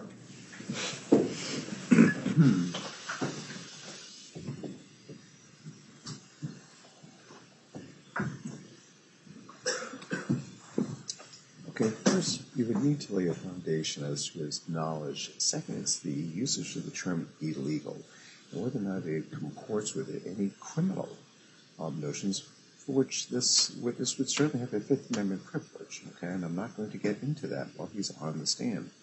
Also, I will rephrase, I'll eliminate the criminal component. okay, great, thank you. Yep.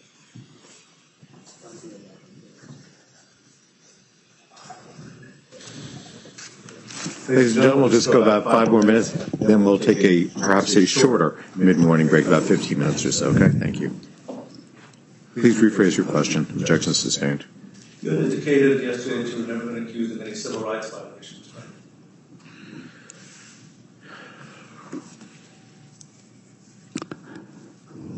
Yes. If an officer orders a citizen to buy his wife flowers and says if you don't, there'll be consequences, would that violate someone's civil rights? Objection, Your Honor. We'll need to lay a foundation. Are you aware Since you said you were looking into civil rights violations, are you aware of what civil rights violations are?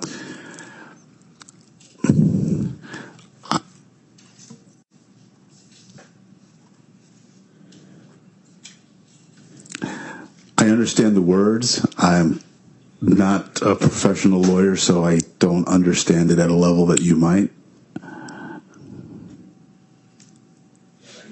Would that violate someone's civil rights? Objection, Your Honor. Sustained.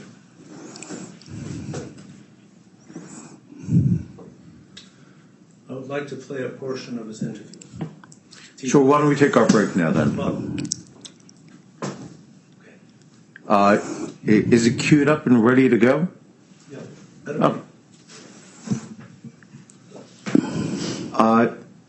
Is there an objection before we play this for the jury? Let me see everyone at sidebar.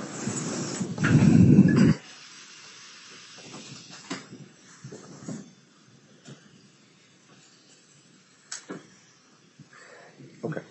So this is a recording of his interview with Lieutenant Burge, I think. Which she's already in. Playing a clip. Right, okay. Is it in, I take it it's not in evidence. It is where? It's one of the agreed upon. Okay, so there's a thumb drive or a CD, I think it's a CD, right? A CD. Okay, all right, very well. Then why don't you identify what exhibit it is? It's not in evidence. Okay. It's not. There's no CDs in those mountains. We just sent it to you and it was agreed upon. What portion of the CD? We sent to both of the interviews, so it's two parts to it. Okay, we're going to take our break. You guys need to work this out. I'll speak to you. Okay, we are going to take our break, ladies and gentlemen. With the ongoing instruction not to discuss the case with any, including amongst yourselves, to do any investigation or research. I'll see you in just about 15, 20 minutes, okay? Counsel, please remain. Please rise.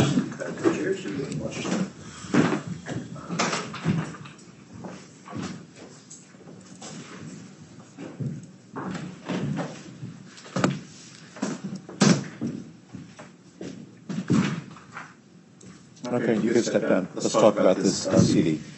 First, it is a CD of the interview with Lieutenant Burge that had been previously discussed. Is that correct?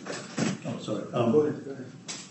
What I propose to play, there's an audio recording in two parts of the interview with Lieutenant Burge. Everybody has had it, I believe, for years. They selection. All right, first let me... and it was listed as an agreed to exhibit. It's agreed to. let me first establish, have counsel had an opportunity to review the CD. Attorney Ryan. Yeah, sure. Okay, Attorney McDonough. Yes. Okay, very well. Is there an objection to, you can have a seat. Is there an objection to, Actually, better to stand, Your Honor. yeah, I was talking actually to Lieutenant Dodge. Okay, is there an objection to a portion of it being played for the jury? Your Honor, I believe it's already been asked and answered. He already asked Mr. Buchanan. No, the question is there an objection to the CD being played? The CD has not yet been played. I know that there's been testimony. That's different than playing a CD, though. Attorney Ryan. Okay, Attorney McDonough. I don't know which section it is or why this wouldn't be hearsay or it's inconsistent. Or Is there an objection, yes or no? Okay. The objection is that it is hearsay. And the response to that is Attorney Keston. First, they agreed to it. But primarily, of course, it's not hearsay. It's an admission of a party opponent. Yeah. And they've agreed to it. So suddenly to say we're objecting. The objection is overruled. Are you going to utilize it? Do you wish to be heard? We just don't know what portion is being played. That's really the main objection. All right. Well, that's fair enough. Technically, it's not an objection. It's a question, but I think it's fair enough. How long is the entire interview? I have no intention of playing the entire interview. I know that. What we're playing is how long? The entire interview is a little like an hour and Okay. a couple minutes. And, okay, you need to provide the meter marking, so to speak, to counsel so they know. Is there a transcript of this interview anywhere? No. No. Okay. Just provide the markings, to counsel in advance so that on redirect, if they wish to play other portions, they will have an opportunity to do so. I'll give counsel an opportunity during one of our breaks, whatever have you, to be able to play other portions in accordance with the doctrine of completeness. And are you going to be playing this to impeach him, it seems to me that is, they're not going to be utilizing it to refresh his recollection. Has not been established yet. There is no foundation in that regard. So you're simply going to play this to impeach him, is that correct? I believe the rules say I can just play it. It just goes into evidence. Well, I understand that. Well, to show, well, he's tap dancing. Simple. He's tap dancing on the issue of what he said. okay, the question is, yes, you can play it, but it needs to come in within a context, okay? You have a witness on the stand. If you're going to simply play it as a standalone exhibit, that's fine. That's not what's happening right here, though. We're in the middle of his cross-examination. So my question is, you're going to cue it up. You're going to ask him if he recalls this interview, and then you're going to play it, and that will be snippet. I'm playing it to show, it's essentially to impeach him. Effectively, it's to impeach him, just so I understand. Okay, that's fine. I'll see you all in 15 minutes.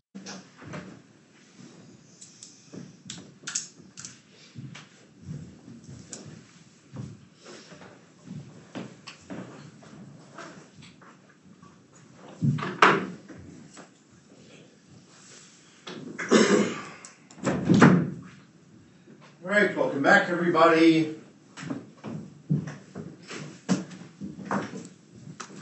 County Superior Court is now back in session. Please be seated.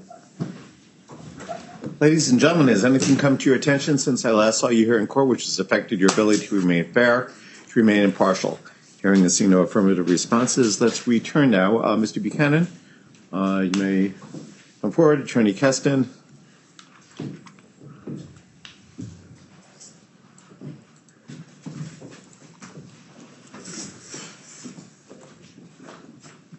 We'll go through to 1 o'clock. Thank you, Ron. I just want to back up to something very briefly. Mr. Buchanan, that I missed. Do you recall that your therapist advised you in 2019 to do only the bare minimum in your work?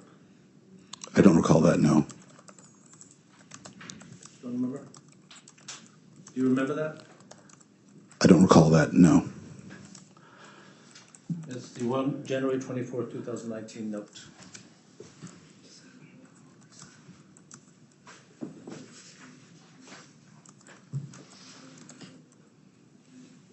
I'm sorry, may I hold the paperwork, please? Thank you. See the underlined part?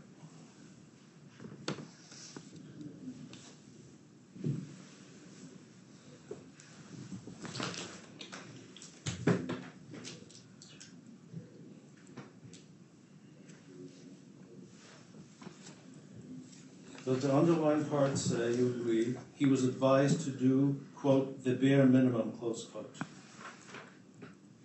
That's what his notes read, yes. Okay, now we left off with the audio. You recall that as part of the internal affairs investigation of the motor vehicle stop, which occurred in December of 2014 and which was investigated in 2015, you met with Lieutenant Burge. Yes. And you do not contend Lieutenant Burge has any racial bias against you? No. It's a double negative. Do you contend that he has racial bias against you? No. And you recall that your union representative at this interview was Todd Dodge? Yes. And the interview was tape recorded? Yes. Did you listen to that tape? No. Do you recall that in the middle of the interview, Lieutenant Burge stopped the tape and urged you to reconsider an answer and to talk to Todd Dodge about it? Yes. Attorney Keston, would you please play the excerpt? Did you tell the operator that he needed to provide receipts? Not that he needed to. The way that I recall that portion of the conversation was we were talking about it, and he was sort of surprised by my suggestion, and he said, "Well, what do I do once I've done this?" He says, "Well, if you want to either get in contact with me by phone or send me something to the station that says that you took care of it, that'd be great." But at that point, the citation was already issued.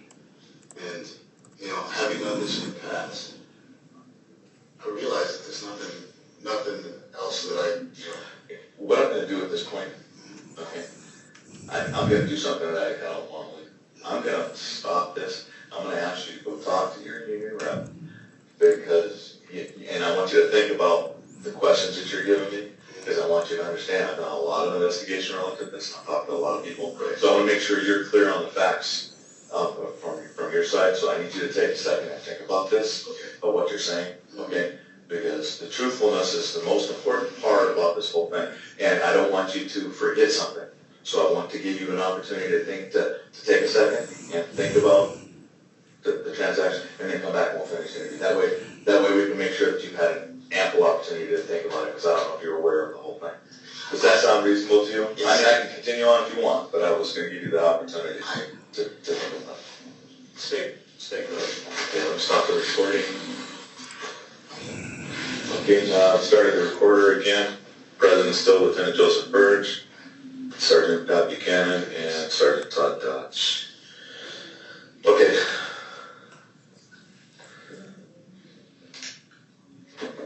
Did you tell the operator that he needed to provide you with the receipts for the purchases? Yes. No. Your answer changed, right? Yes, it would appear so. Lieutenant Burge gave you a break by letting you rethink your false answer and give a true answer, didn't he? It wasn't a false answer. No. To answer your question, sir, no. Now, you made the stop, and then sometime later, when did you discover the receipts? When I returned to work after my vacation. And you found the receipts? There was a letter from Mr. Cooley in my mailbox with the receipts and a gift card. So we all remember Cooley was the driver. Yeah, Timothy Cooley. And there's a gift card. Yes, And you talked to Lieutenant Dodge about the gift card. I did. He told you to send it back. I did. You didn't. I didn't. Send it back. I didn't.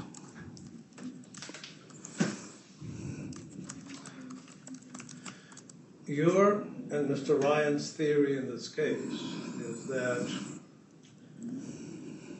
the initiation of this IA was related to your race? Objection, Your Honor. Sustained as to the form of the question. Are you accusing Chief Haig of initiating this IA based on your race? Yes. Now, you're aware the first thing that happened, and what tab is this? The IA? On the left. It's 2. Tab 2? Oh, exhibit 1. Can you put it up, Attorney Keston? Do I have that or do you have?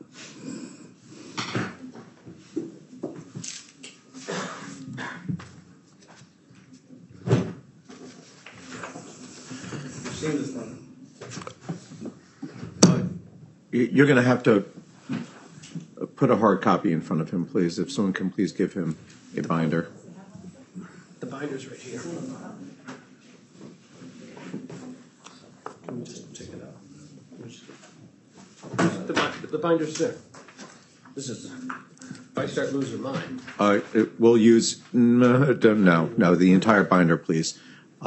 You can just hand him the exhibit if you'd be so kind, Attorney Keston. You know something?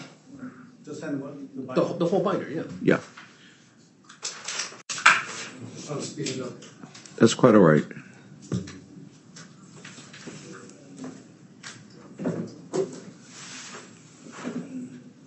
Okay. What tab number, please? Thank you, sir. 2. All right.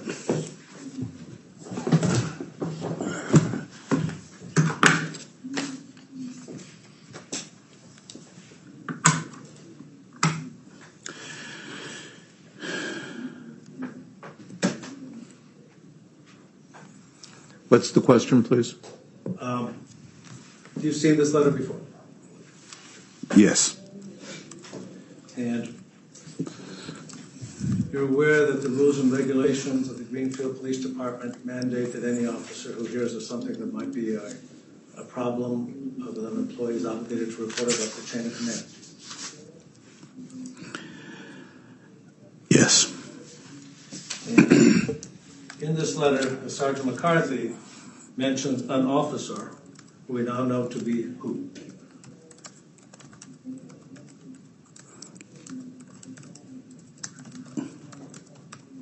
He says, I was advised by an officer. Oh, Sergeant Clark. Sergeant Clark. So Sergeant McCarthy is passing on something I heard from Sergeant Clark, right? Yes. And he's relating, as far as you know, he's relating this conversation with Clark accurately, isn't he? I have no basis of knowing that.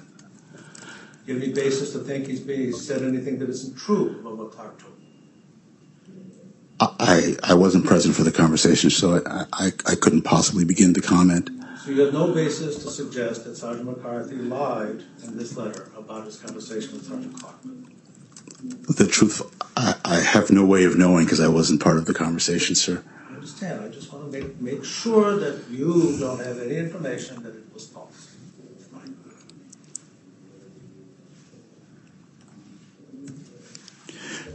The information, as listed in the letter, some of the details are absolutely false.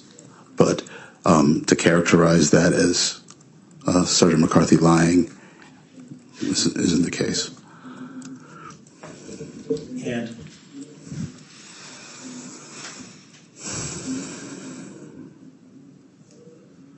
And in this letter, Sergeant McCarthy indicates that he was told by Sergeant Clark that Brenda Petullo told him that he was that the young man was told to spend $50 in Christmas presents for his mother, and within 5 days drop off the receipts to Officer Buchanan as proof that he did this.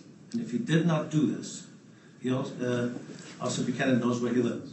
That's what he relates in the letter, that Clark told him he was told by Brenda Petullo, right? That's what he writes, yes.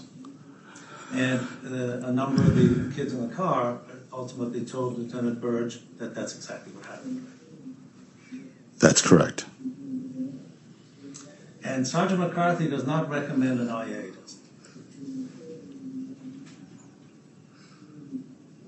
he? Not in this letter, no. He doesn't report this as a problem. Well, it's self-evident. He says, in of itself, I do not find a problem. That's what he wrote, right? That's correct. Until this is the fourth or fifth time he's heard that Buchanan did this, right?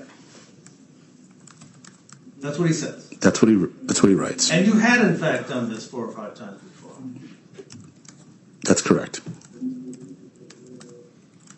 And McCarthy leaves it to Burge to decide whether or not they're going to do an IA on it. Right? I don't know. Quote, I'm not sure if this is an issue, but wanted to at least make you aware of this in case it becomes a problem. Is Sergeant McCarthy recommending that anything be done to you in this? Not in this letter, no. So as far as you know, Lieutenant Burge will strike that. As far as you know, who made the decision to investigate this? I don't know.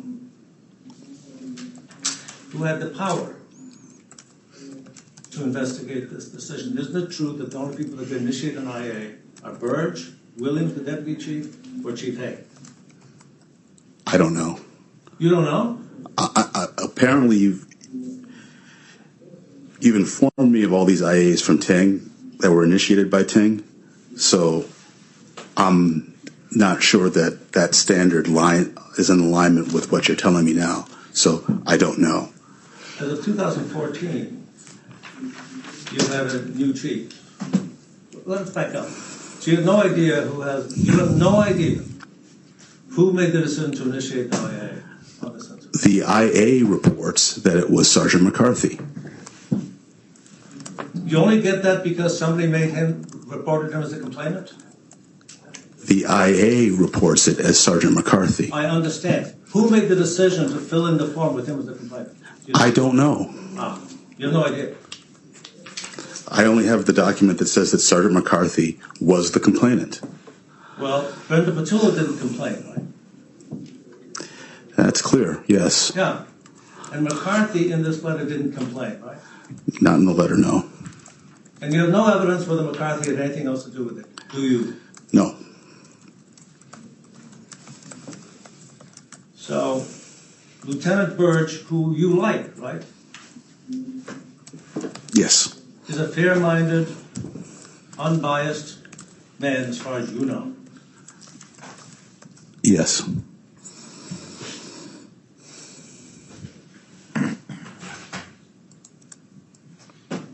And he writes, if we go to page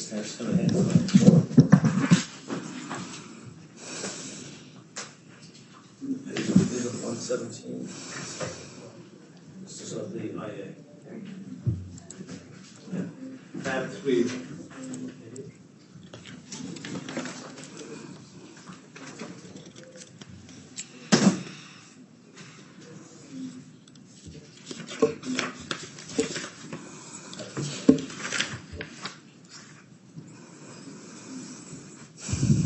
Page that begins on 117.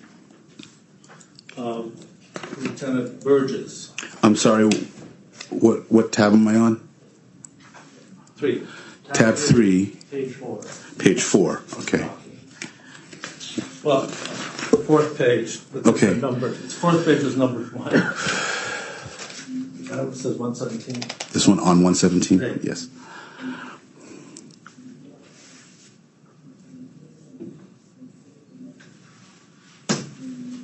Your voice is that. That's not It's a tape or something.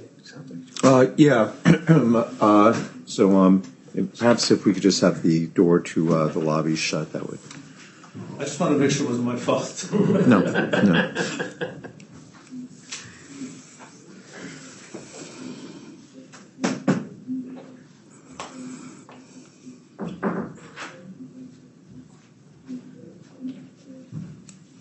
One moment. It's been going on all morning. Where is that coming from? The district court? Maybe you can find out. Okay. Right. Go ahead. You've read this before? Yes. And Lieutenant Burge explains that he got the envelope with McCarthy's letter, right? Yes. And that then the letter was given to Williams, right? Yes. And Williams gave it to Chief Haig, Yes. and Chief Haig initiated the IA.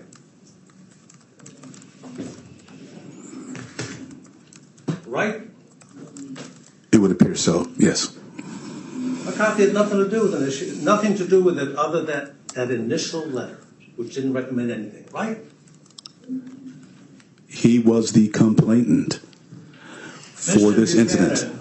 Other than him being designated in the form as a complainant, you have the evidence that he did nothing besides give that Objection, letter. Your Honor.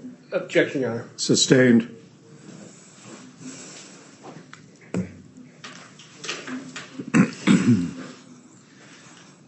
Do you have any reason to believe, any evidence that Sergeant McCarthy was involved between January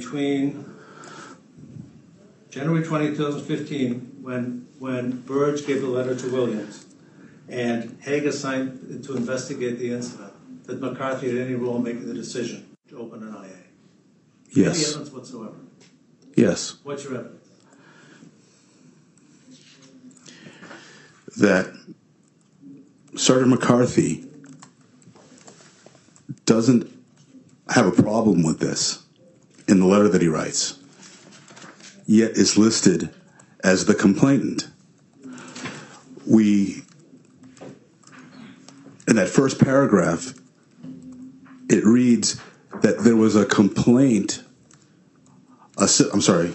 At the top of the IA, it reads, "It's a citizen complaint." But McCarthy took the report and didn't identify it as a citizen complaint at all. It was a citizen thank you. And so somehow, sometime between McCarthy and Clark taking this compliment, McCarthy ends up on an IA that gets me demoted. So that's... You're suggesting that Burge is covering up? Covering up for the fact that McCarthy somehow did something more? I'm not suggesting that. Document? I'm not suggesting that at all. I'm just saying that you asked me what evidence that I have. And the answer is none. The answer is what I That's gave struck you. from the record. That is not evidence. That is struck from the record. Please pose a question. Do you believe Burge is accurate in his description of how the letter from McCarthy became an IA investigation?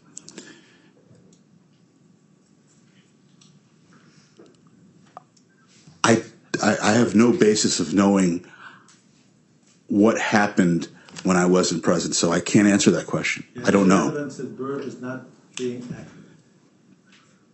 Yes.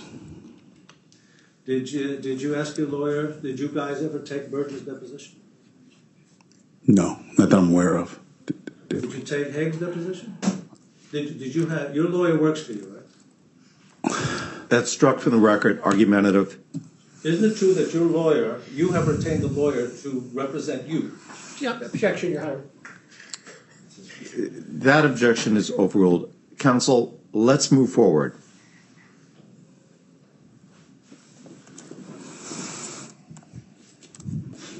You're aware that Chief Haig was examined under oath?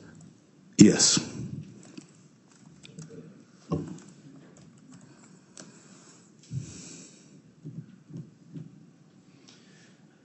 Lieutenant Burge indicates that Chief Haig assigned him to investigate the incident on January 20th, right? That's what the document says, yes. And on January 21st, indicates he met with McCarthy, right? Yes. And then 21st, he met with Clark. Yes. 21st, he met with Gilbert. Yes. He says he, go to the next page.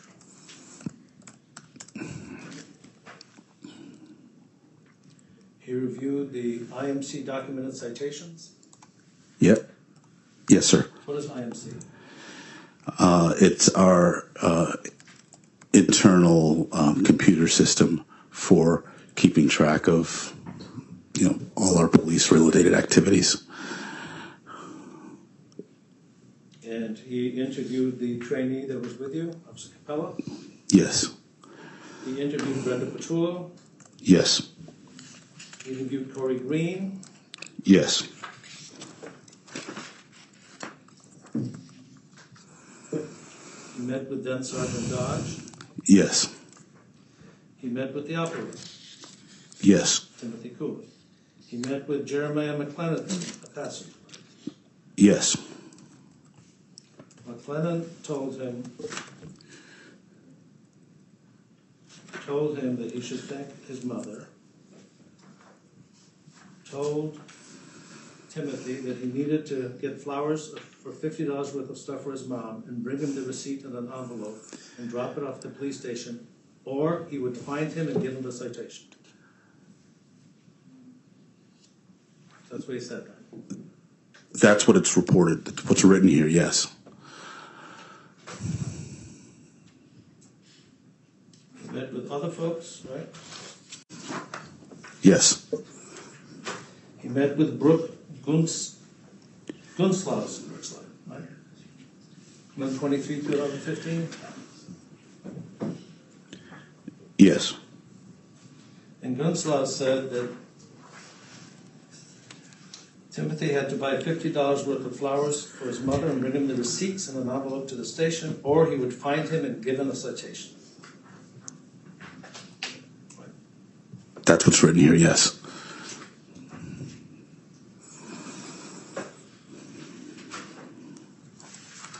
And he spoke with Alyssa Marie Genovese, according to this report, right? Yes. And she told Lieutenant Burge that you said that Tim could have been charged. He told Timothy to buy $50 worth of flowers or stuff for his mother and bring him the receipts, or he would fine him. That's what's written here, yes. And if that statement was true, this would be a violation of policy and procedure.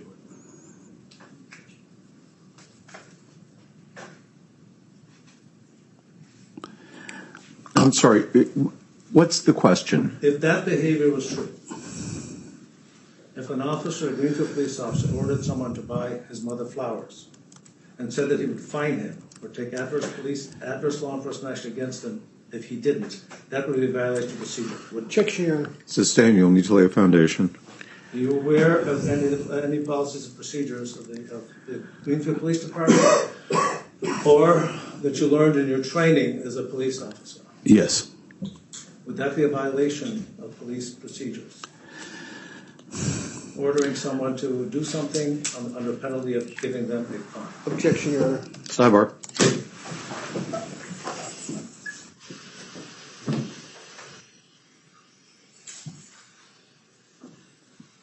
One moment, please. So what was it?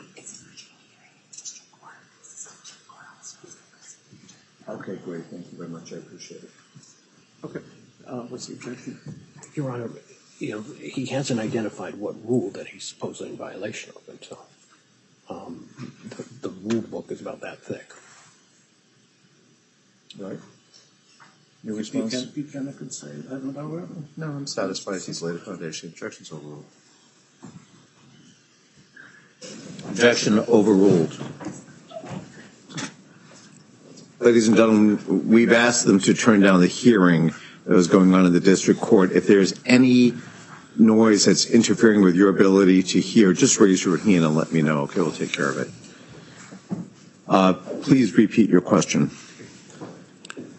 Are you aware of any rule or regulation which would prohibit a police officer from doing that? A police officer what? Prohibit a police officer from doing that, what we described. Telling someone they have to do something, to buy a gift for their mother or flowers for their wife, under penalty of getting fined by the police. Yeah, that would be inappropriate. I agree.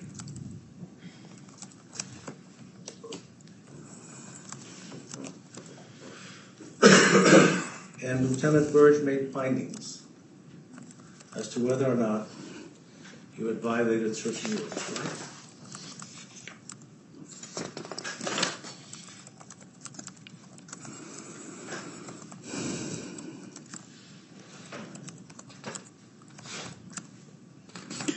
Yes.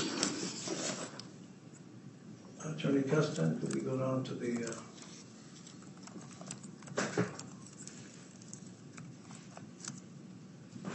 what date? At the top it says 7. Thank you.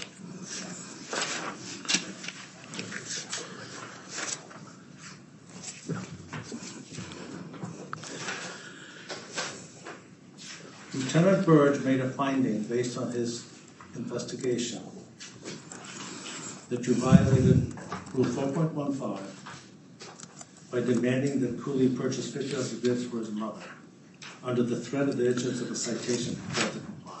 Burge found you did that. That's correct. You do not allege that that finding was based on racial animus, right? That's correct.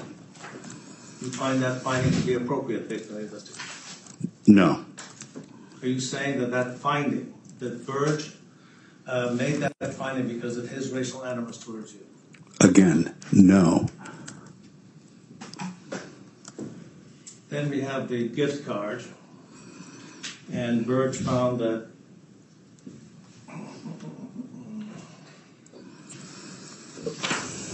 you violated Rule 4.17 on the next page by failing to return the gift card.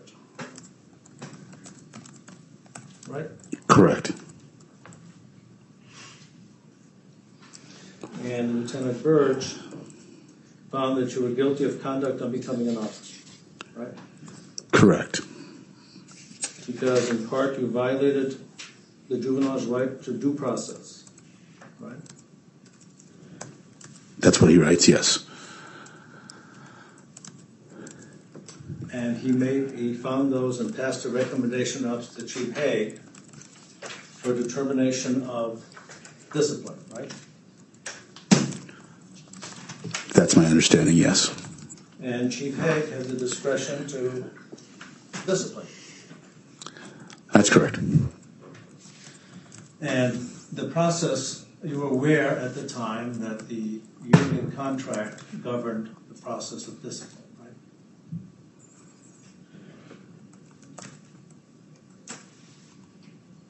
Both thought, I'm not sure. You're aware that if you were unhappy, that if the police officer who received discipline didn't agree with it, then he or she would file a grievance. Yes. And the union that represented that person was required to process the grievance if the officer wanted it to, right? Yes, that's my understanding. And the chief's discipline included a 3-day suspension, right? That's correct. A demotion from provisional sergeant. That's correct. Removal of an FTO officer. That's correct. That was the discipline you got. Not ultimately, no. That was the discipline he imposed. At that time, yes. And you then exercised your right to file a grievance. I did.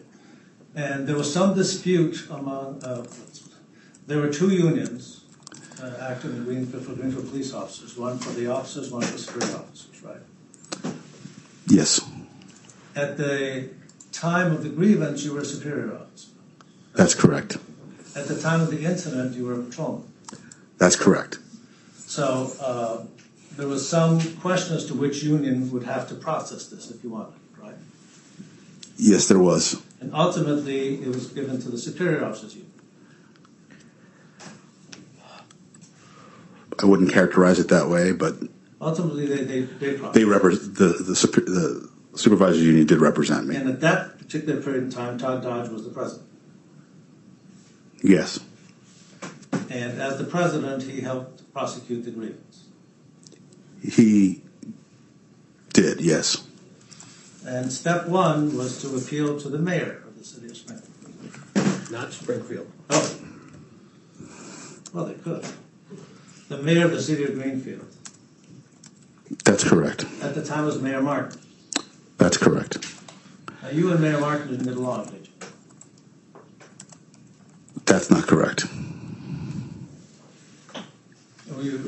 Did Mayor Martin, or did you ever hear that Mayor Martin was unhappy with the way you and Bo Bay were harassing elected officials? No, I've been out drinking with the mayor. I shared food with the mayor. I'm not aware of a complaint coming from the mayor. I do remember a complaint coming from the business owners downtown when we were doing quite a bit of OUI enforcement, complaining that people were afraid to drive drunk in Greenfield. And that led to a very long-winded investigation where they reviewed 160 OUI arrests and found that there was 0 inappropriate actions taken during that time. Who are these they you speak of?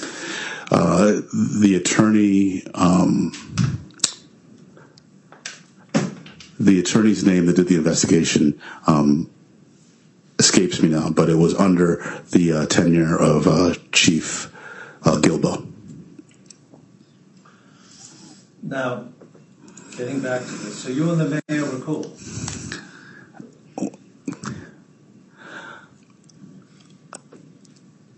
Yes. I mean, I had no animus toward the mayor. And as far as you knew, he had no animus towards you? No, I don't think so, no. You don't have any reason to believe that the mayor's actions as to this grievance were motivated by race, do you? Can you repeat the question? You have no reason to believe that the mayor's actions as to this grievance were motivated by race, do you? No. So when the mayor upheld the discipline, you do not contend that was based due to his racial animus? Racial animus? No. I think it's time for everyone to stand up and stretch just a little bit to rejuvenate ourselves, okay?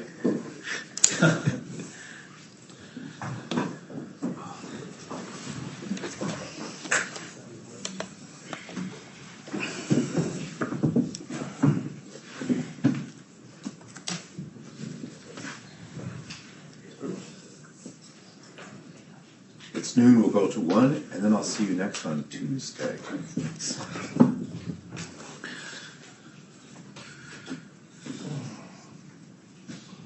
Great, thank you.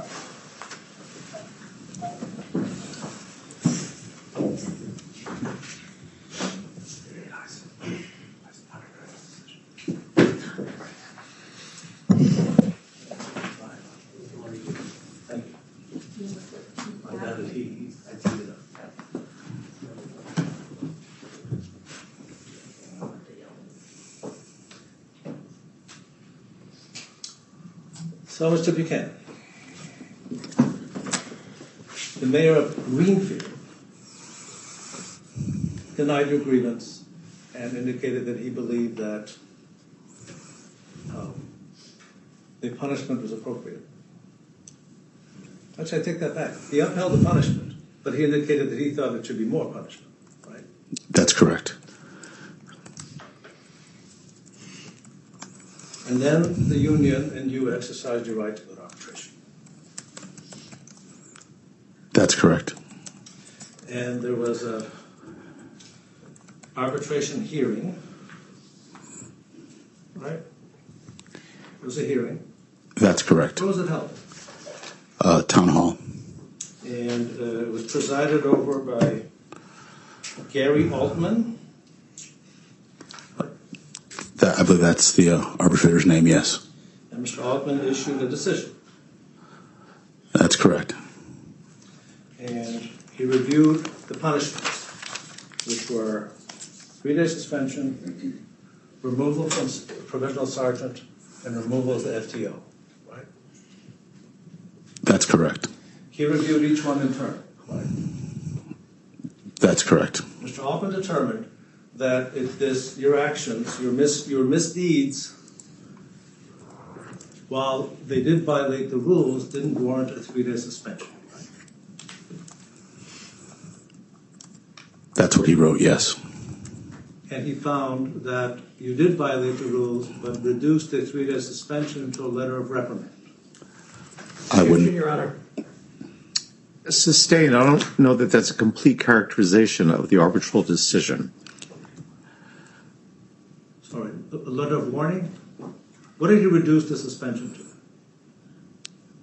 A letter of warning. And he found that there was ample cause, based on your conduct and his finding, to return you back to your rank of patrol officer from the rank of provincial sergeant, didn't he? I disagree with that. Did he say that? He didn't. Yeah.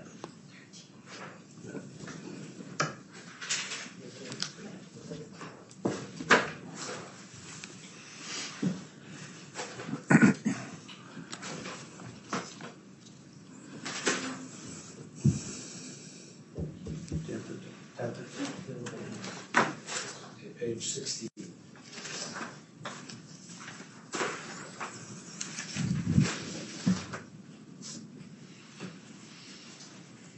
You can go to tab 13, page 60. Tab 13, page 16.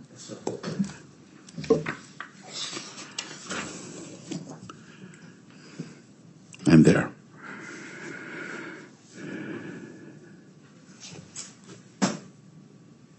Go to page 16.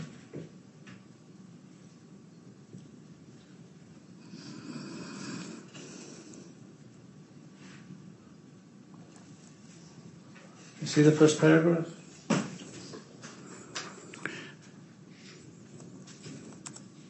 Underneath the motion? Yes. Does it not say in the last sentence, first paragraph? Even assuming that this action can be challenged through the grievance procedure, there was ample cause to return Officer Buchanan back to his rank of patrol officer.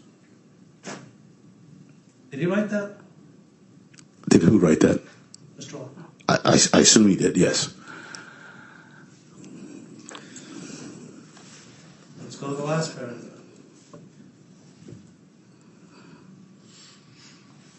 He found that you exhibited poor judgment and that your lack of judgment is directly related to the duties and responsibilities of the supervisory officer, right? In part, yes. So the only part of the discipline that the arbitration disagreed with was a 3-day suspension versus letter of warning, right? Right. That's correct. And he said your demotion was fully warranted by the facts. Right? It doesn't say fully warranted based on the facts. Ample cause. Sorry. There was ample cause to the motion. Right? That's what it reads. Then,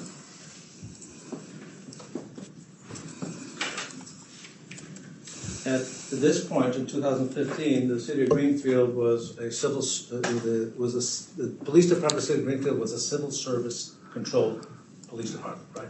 Still, yes.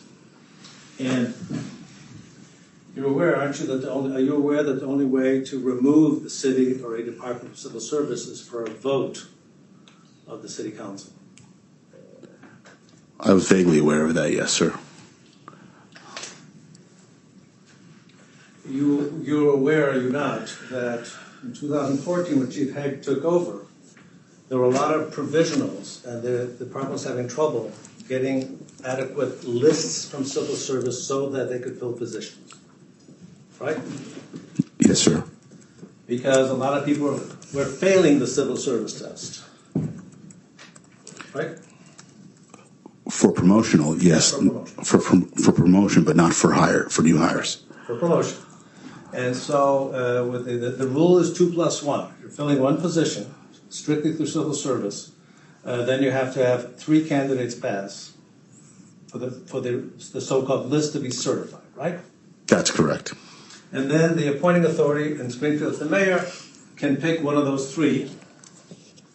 But if the mayor doesn't pick the highest scoring person, they have to have a reason.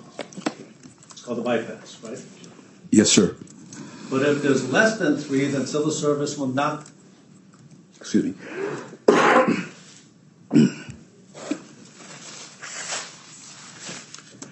Yes, sir. Then civil service will not certify the list. That's my understanding, yes, sir. And for example, with the 2+1, if there's 2 positions to be filled, then you need 5 passing, right? Not 100% accurate, but I agree with you. And were you friendly with Todd Dodge in early 2015? I would say so, yeah. So did you learn that they were involved in, pursuant to civil service guidelines, that the town can, rather than utilize a civil service test, utilize something known as an assessment center?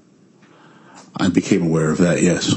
And that's part of the civil service process. It's an alternative, though, within the process, right? Yes. And typically, more people pass the assessment center than the civil service test. It's a much more forgiving examination process, yes. So that if a town, or in this case, the Greenfield Police Department, wants to fill positions through promotion, going to an assessment center will give them more viable candidates. I disagree with the word viable, but will give you more candidates. Candidates who pass the test are eligible for promotion. I'm sorry, repeat that again. Candidates who pass this test, the assessment center, are eligible for promotion. In the promotional process that we used, there were no failures, and I'm not even sure how anyone would have failed. So it wasn't like there was a pass or a not pass or a grade that said that you didn't make the cut. So Were you aware that Chief Haig wanted to go to the assessment center to get more people to choose from when promoted? I can't speak to Chief Haig's intentions in doing what he did. I'm just asking, were you aware? No. You're not. Okay. So,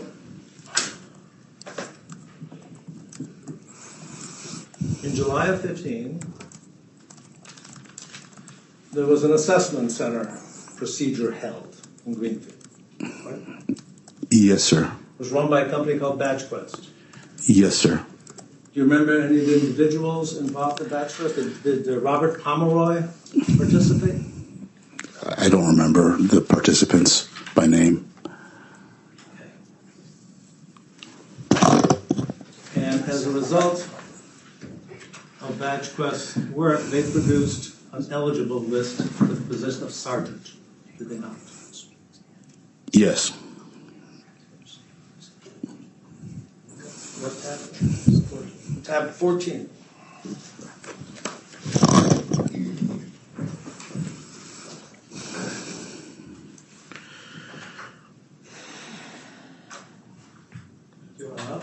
Yeah. Sorry.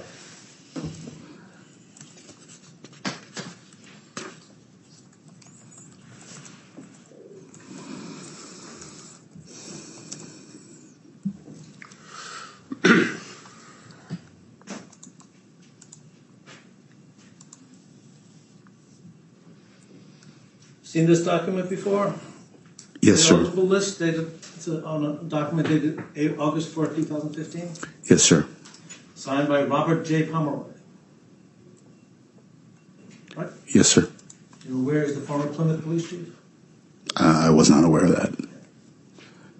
Now, it is your contention in this case that had you not received discipline as a result of the Cooley investigation, you would have finished higher in the BatchQuest process, right? Isn't that what you're claiming? Yes, sir.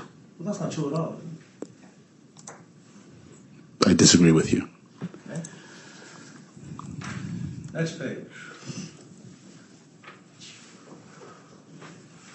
You received this letter. Right. Yes.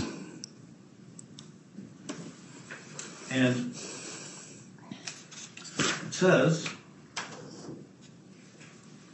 that the assessment center score is 87.92, right? That's correct. And the employment experience score is 0.20, right? That's correct. And isn't one of your contentions is that had you not been demoted, you would have gotten more points for employment experience? That's correct. But the demotion was upheld by the arbitrator. I don't agree with that. The arbitrator said there was ample cause to demote you. That's different than what you said before. Now, you have spent time doing a lot of math to help you on this case. Yes, sir. Have you done the math regarding these scores? To the best that I could, yes.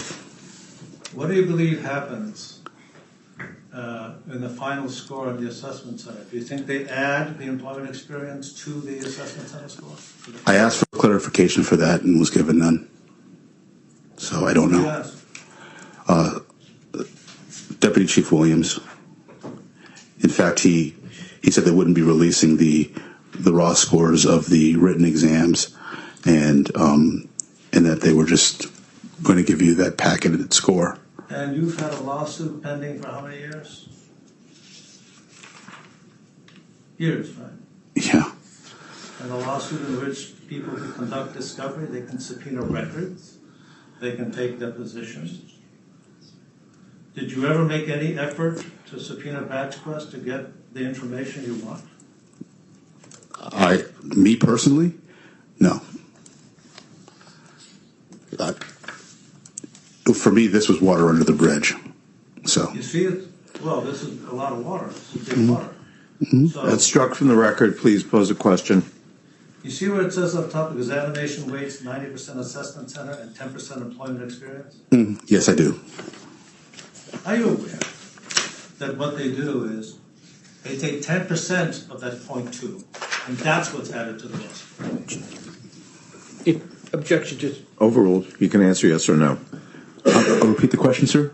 Are you aware that the way they do it is they take that, in your case, you got 0.20 for employment experience, right? That's correct. And you got a final score of 88. That's correct. Mm-hmm. And your assessment center score is 87.92, right? Yes. Are you aware that to get to the final score, BadgeQuest takes 10% of the employment experience score and adds it to the assessment center score? Are you aware of it? I'm not. Take 10% of the 0.2, you get 0.02, right? That's correct. If you add 0.02 to your score, you get 87.94, right? That's correct. And if you round that up, it's 88. That's correct. Let's look at Christopher Green.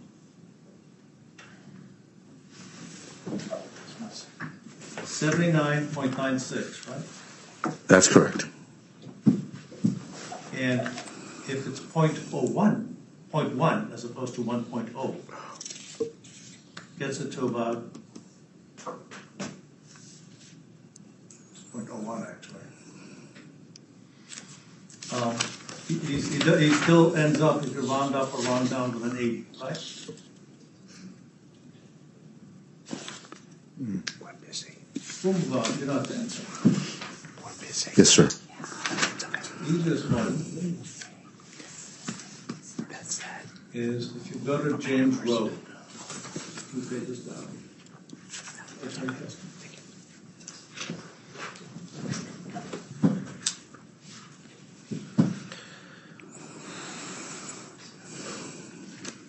See Road? I do. He got 5.2 for employment experience, right? That's correct. If you actually add that number, he'd be up to 93, right? Yes, sir. When you studied this, did you come to realize that they didn't just add the points? I didn't understand how they came to qualify any of this. I asked, and I was basically told that they weren't going to release that information to me. You asked the deputy chief? I did. Did you ask in writing?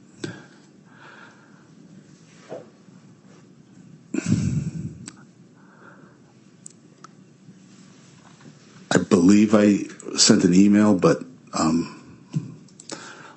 know that I had a conversation with him. So, are you aware that even if you had stayed as a provisional sergeant the whole year, and the fellow that replaced you had not, it wouldn't change your ranking whatsoever? You aware of that? I disagree. You think if you had had more experience points, you would jump? I think that the experience points is just part of it. I think I'm focusing just on these rankings. We'll get to the public safety. no, I'm not talking about the Public Safety Commission. These rankings. In the employment experience score, Yeah. isn't the entire. You've got the assessment center score also, and experience on the job helps you prepare for the assessment center. Because the types of questions they ask during the assessment center are directly related to what you experience as a supervisor. So time and grade would have helped me prepare, do a better job. You mean, had you stayed as a sergeant, you would have done better on the test? I believe so, yes. That's your theory?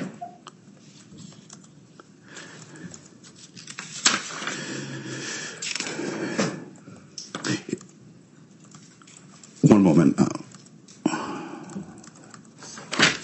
Okay, so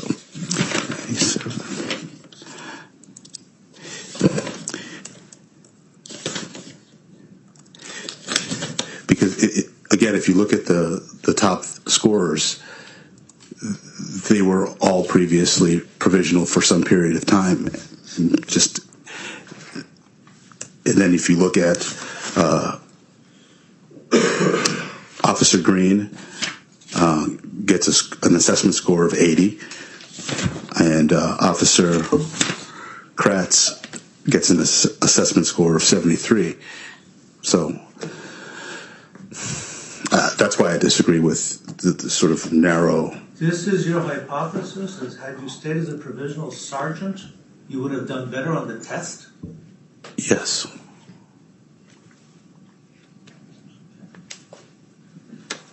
Well, I thought. I'm sorry, whatever it is that you just said is struck from the record. It did not appear to be a question. Yes, sir. There's a second part to the process. Yes, sir. And that's the Public Safety Commission. Yes, sir. And are you familiar with the Public Safety Commission? Yes, sir. On direct, you said there were 3 of them? That was my understanding. Did you look at this paper? 5 of them that signed it. I stand corrected. 4, sorry. There were 3 that whose names I'd recognized. I believe that's.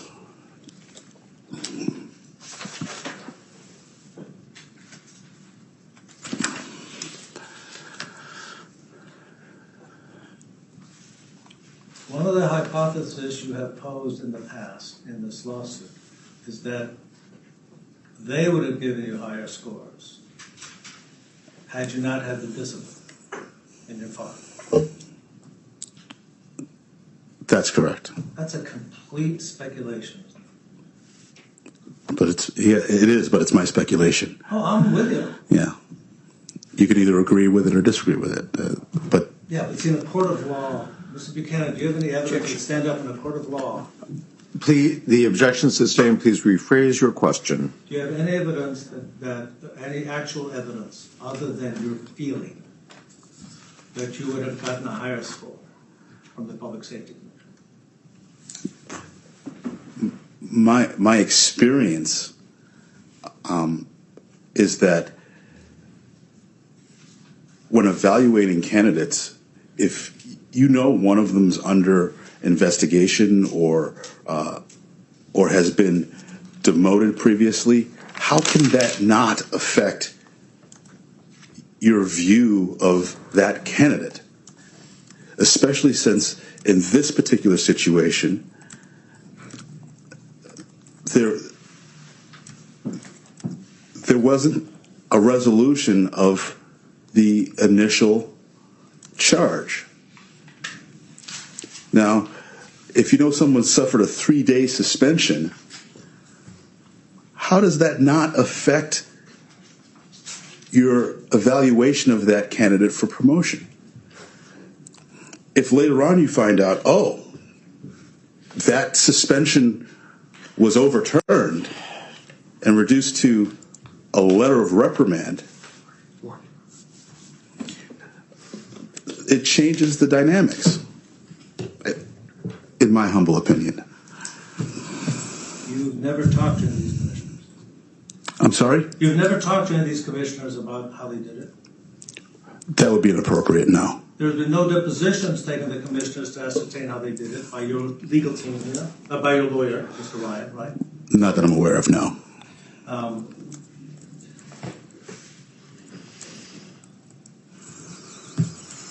You don't even know if they looked at your disciplinary file, do you? I don't.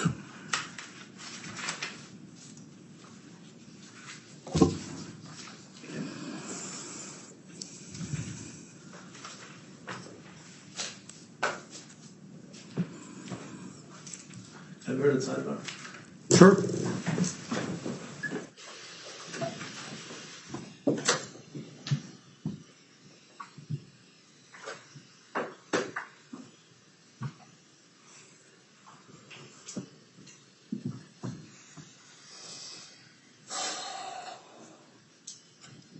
I do not want to ask questions about the flag.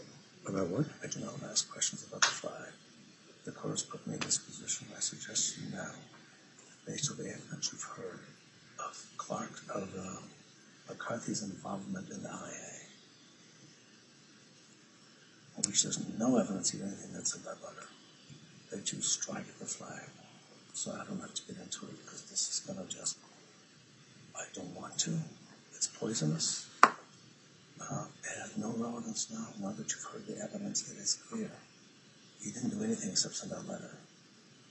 And the chief initiated an IA. He had nothing to do with it. He didn't start it. And that's the whole theory as to why his state of mind is relevant. Okay. Your Honor, we're in the middle of a cross-examination. We haven't had redirect. A lot of the things my brother brought out, we will go back through. And the flag is directly relevant. There's been a number of complaints issued by McCarthy.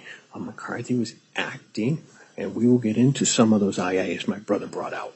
And we will go in depth with those IAs. So,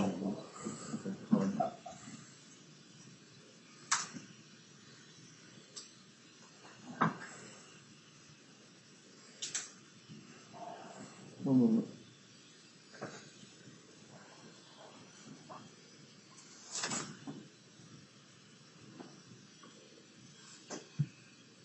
Okay. You know, you attempted to get Mr. Buchanan to testify that Ms. McCarthy had nothing to do with the IA. But you didn't succeed in that regard. And there is redirect, so I'm not going to reconsider my order at this point in time. You can renew it if you wish at another point in time. It'll be too late.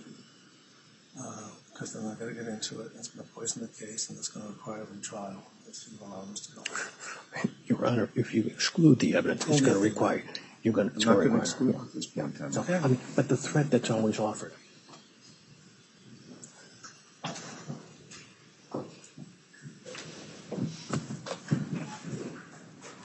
Let's proceed.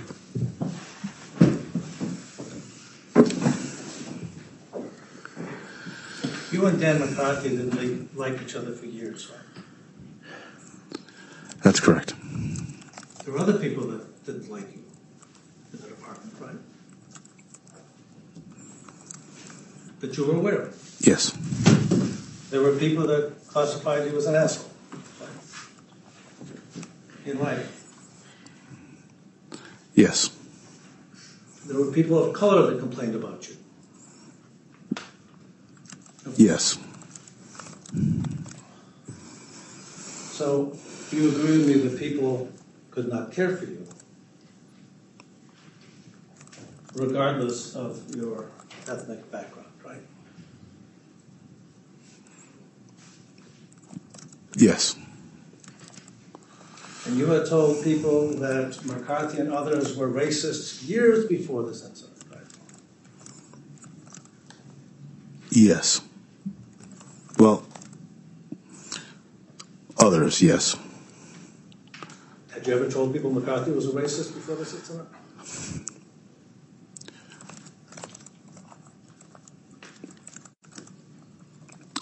I don't believe, with respect to McCarthy, over time it just was a feeling that evolved because of the way I was being treated. As of January 15th, 2015, did you have any reason to believe that McCarthy treated you differently because of your race? Yes. Now,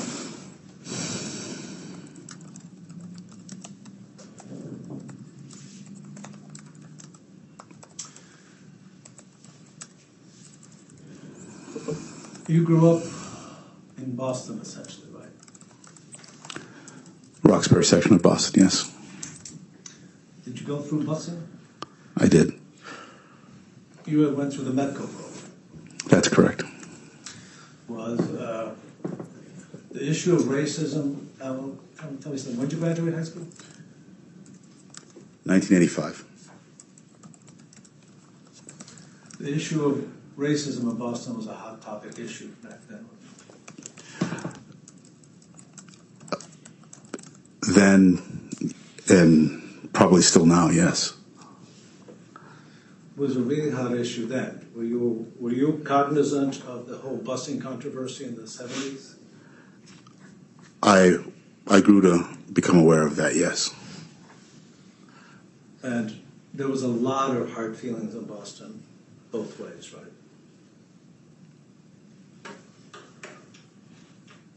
There, in Boston,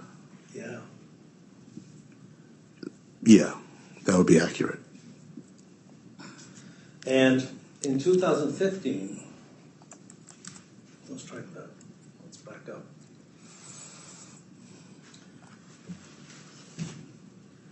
You aware of the show The Dukes of Hazzard?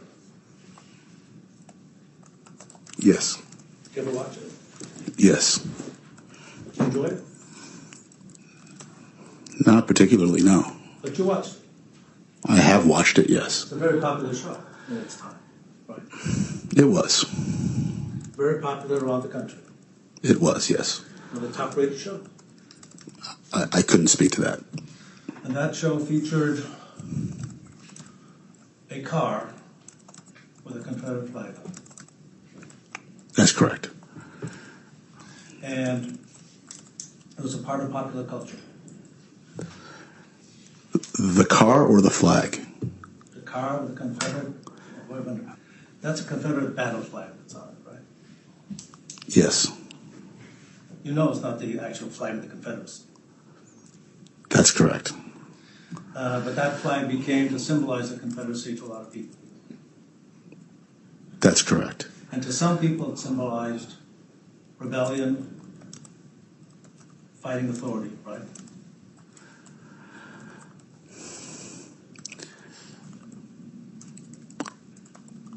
I don't know many people that would interpret that flag as a sign of rebellion and fighting authority. Well, were you aware that 57% of the citizens in America... Objection, Your Honor. Sustained. Did you look at any polls,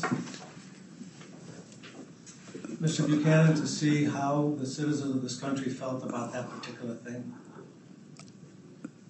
No, but I haven't looked at any polls as to what a swastika means to anyone, but I can pretty much tell you what it does. You familiar with the first... I can tell you what it does. I know you can. That's struck from the record. So Next question.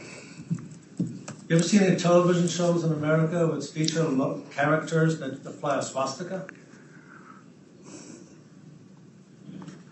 Television shows in America. Yeah, like the Dukes of Hazzard. Is there Dukes of Gobles? Where they fly a swastika and everybody's watching?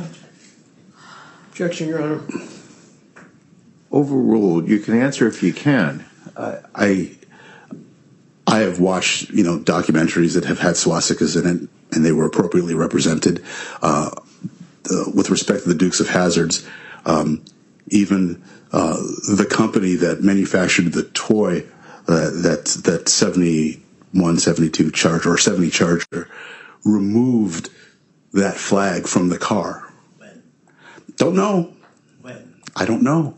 The views of this now almost universally reprehensible flag were different 27 years ago. I'm sorry, 7 years ago. 7 years. That's struck from the record. Please pose a question.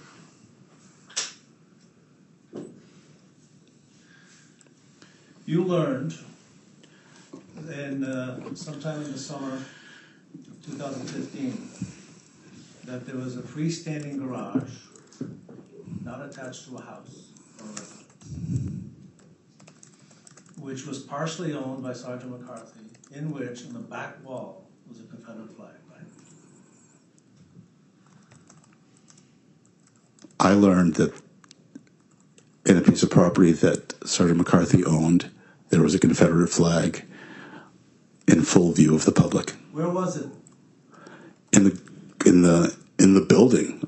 It was. You saw the picture, didn't you? Yes. It was inside in the back wall of a garage. Fully in view of the public. Let's try it a yes or no. Was it not inside a garage? Yes. On the back wall? I couldn't tell if it was on the back wall or not, but How many it was. hundreds of feet is that garage from the public way?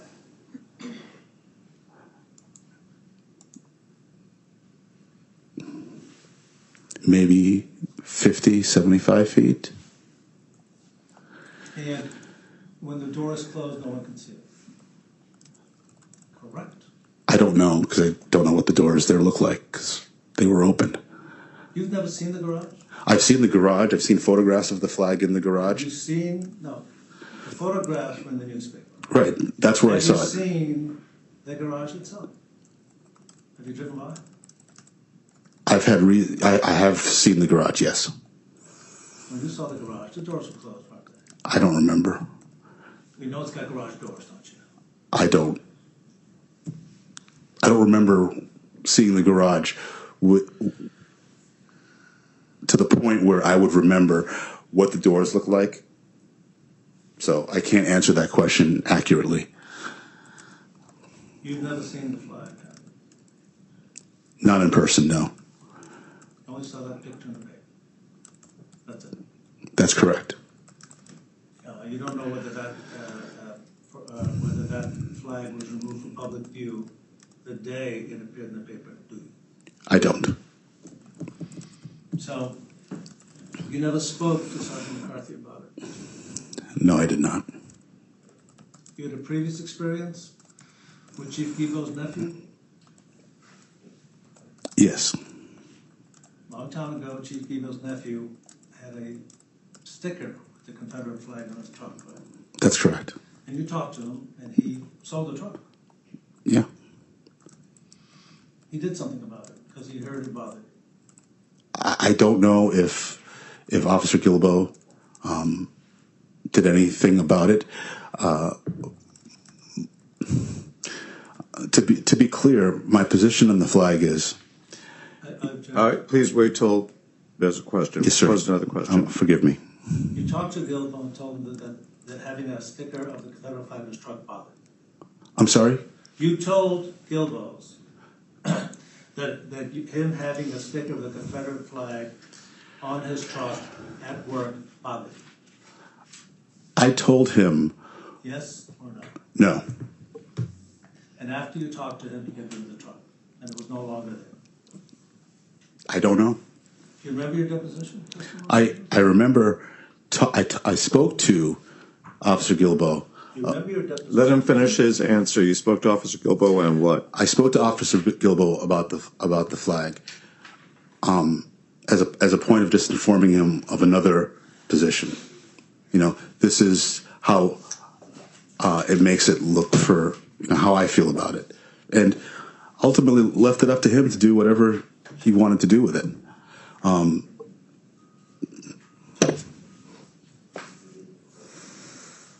And after that conversation, he got rid of it. I didn't follow up with him. Officer Gilbo bought and sold vehicles quite regularly, so it wouldn't have been surprising to me if he just sold the vehicle because he wanted to upgrade to something else. Do you remember your deposition testimony? I don't.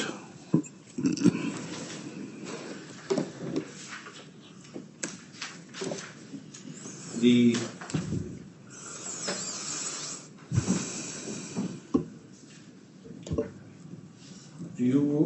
you have any knowledge as to who was using that garage space in the summer of 2015? I don't. It is not. Thank you.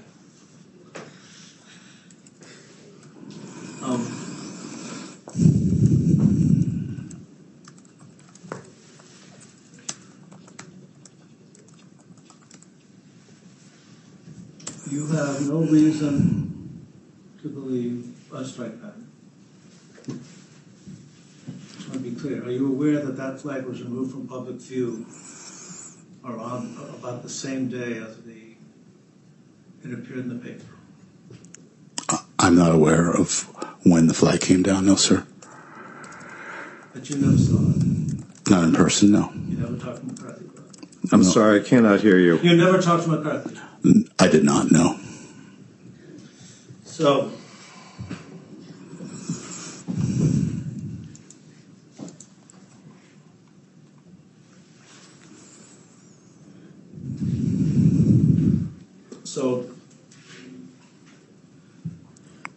when were you promoted to provisional sergeant? Again? The second time or the first time? Second time. October of 17, I believe it was. And that was at Chief Haig's discretion. That's correct. And you stayed as a provisional sergeant for how long? 16 months. And you told the jury, let's go from there. You were there for 16 months, and you were supervised the midnight shift.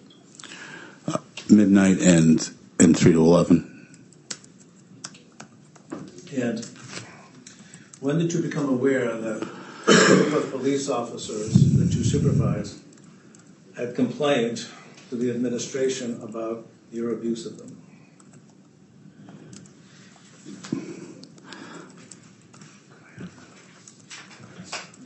September, October of 18, maybe? How did you find out? I had a conversation with Sergeant Westerling and Sergeant Haskins that there were some unhappy officers who were working with me on the shift.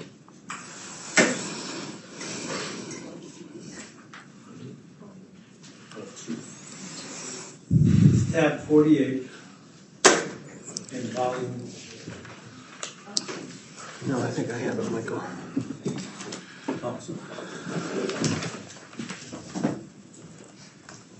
Thank you, Attorney. Thank you, Attorney. Yes.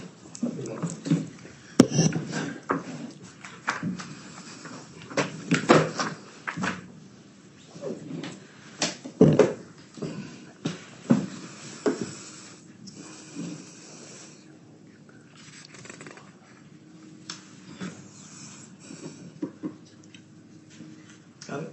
I do. I have that. I'm open to that tab. Now, at the time that these complaints came about, you were actively suing the city of Greenfield, alleging that Chief Haig and others were treating you differently because of your race, right? That's correct. So were you aware that the chief, so the chief chose not to conduct their own internal investigation of you, the plaintiff in a lawsuit, but to hire an outside agency to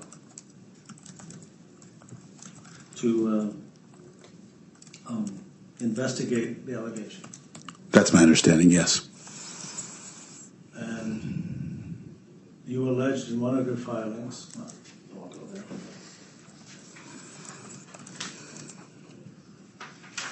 And what you have before you is the investigative report. Right? That's correct. And the investigator was a retired police chief called named Alfred Dunham. That's correct. Did you meet with him at some point? I did.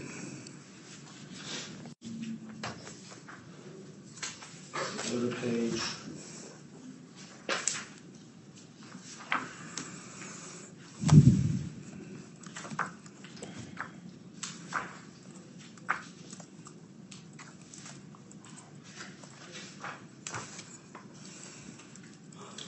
Go to page number 3, actual number, not the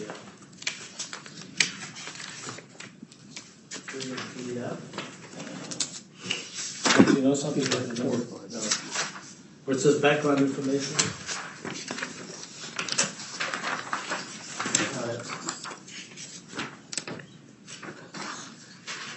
You have it, Mr. McCall? Okay, page 2. It's In the lower. number 2 on the bottom right. Yes. It says background information, right? You see that? Yeah, I see the page, yes.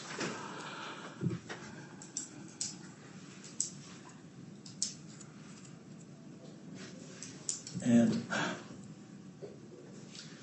the chief in this indicates that the chief was informed in September of 2018 by Corey Green about concerns about this supervisory level of certain officers.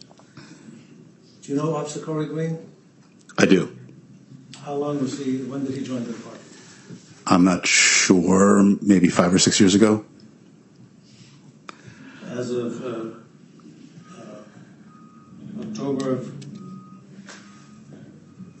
as of September 2018, did you have any reason or any evidence that Detective Green was treating you differently because of your race, Officer Green? Officer Green and I have had issues around race prior to this. You've had issues with Green around race? Yes. Do you believe that he was treating you differently because of your race?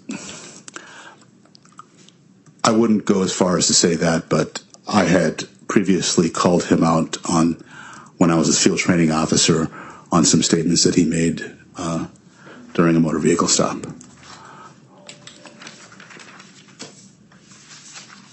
And how long ago was that? It would have been right when he first started. I brought those concerns to the attention of the chief. Which chief? Chief Haig. Now, do you have any reason to believe or to tell that Green brought these complaints forward because of your race? Not directly, no, sir. Now, not directly, indirectly? The question again, sir? Do you have reason to believe indirectly?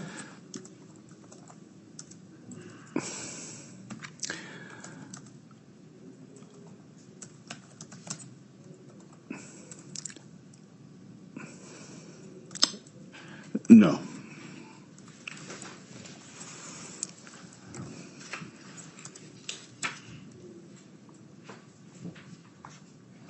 And it says that there were concerns about 2 supervisors, you and Weston. That's correct.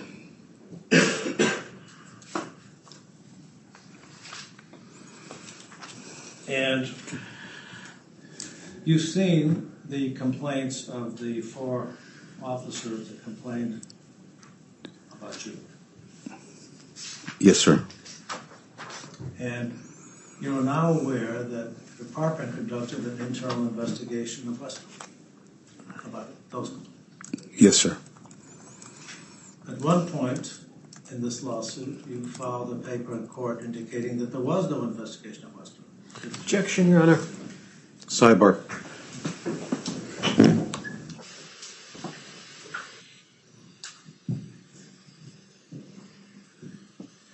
Just 10 or so more minutes, ladies and gentlemen. Feel free to stand up and stretch. Okay, what's the documented issue? Okay. Your Honor, they didn't produce the Westerling report until 2 weeks ago. So it wasn't produced until 2 weeks ago. And it references Westerling. We asked for You can establish that on redirect. The objections are ruled. Okay.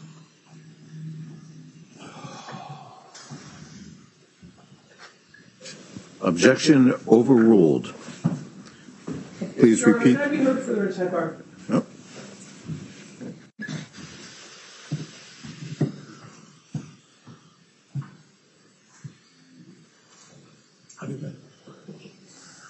How do I establish, Your Honor, that it was produced 2 weeks ago through this witness? I'm not going to tell you how to. No. But if they produced, there are certainly ways for you to do it, but I'm not going to. But if they didn't produce it, I can't obviously put Mr. Keston on the stand. But you can have your client testify as to that. He doesn't know when it came in, Your Honor. Well, he might by the time we get back to him, which will be next Tuesday. Okay.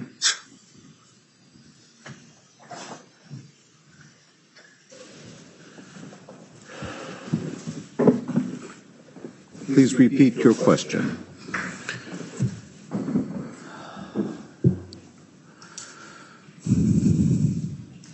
You, through your attorney, all amended your lawsuit against the city of Greenfield to add cheap hay, in part because you alleged that he never investigated Westerly, right?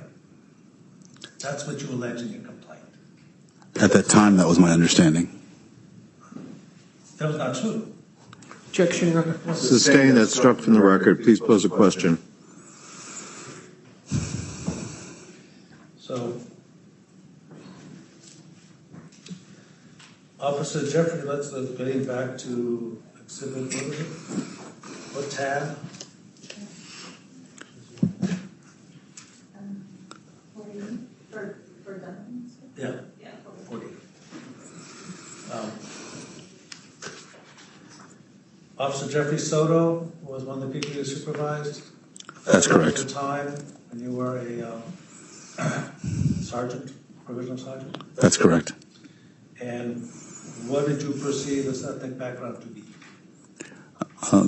He's of Hispanic descent. He's Puerto Rican. Did you perceive him to be of Hispanic descent? I did.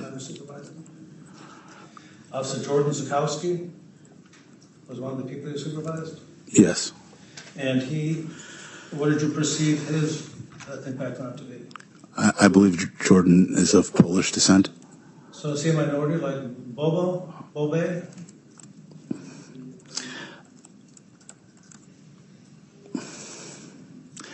No.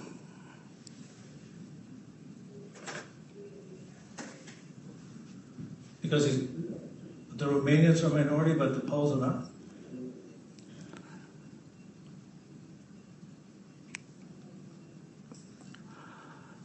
No. So the Romanians are a minority and the Poles are not. Do you agree with that proposition? No. Sidebar.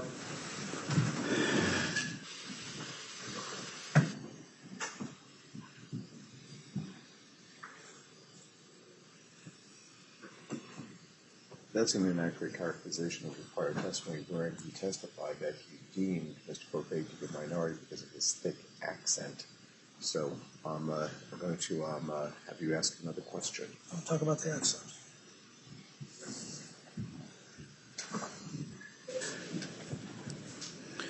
The last question and answer are struck from the record. They're not evidence. Please pose another question. Okay, let's clarify. So you said Bobe was a minority because he had an accent? He was being treated as such. Because he had an accent? And most people meeting him thought that he was Hispanic.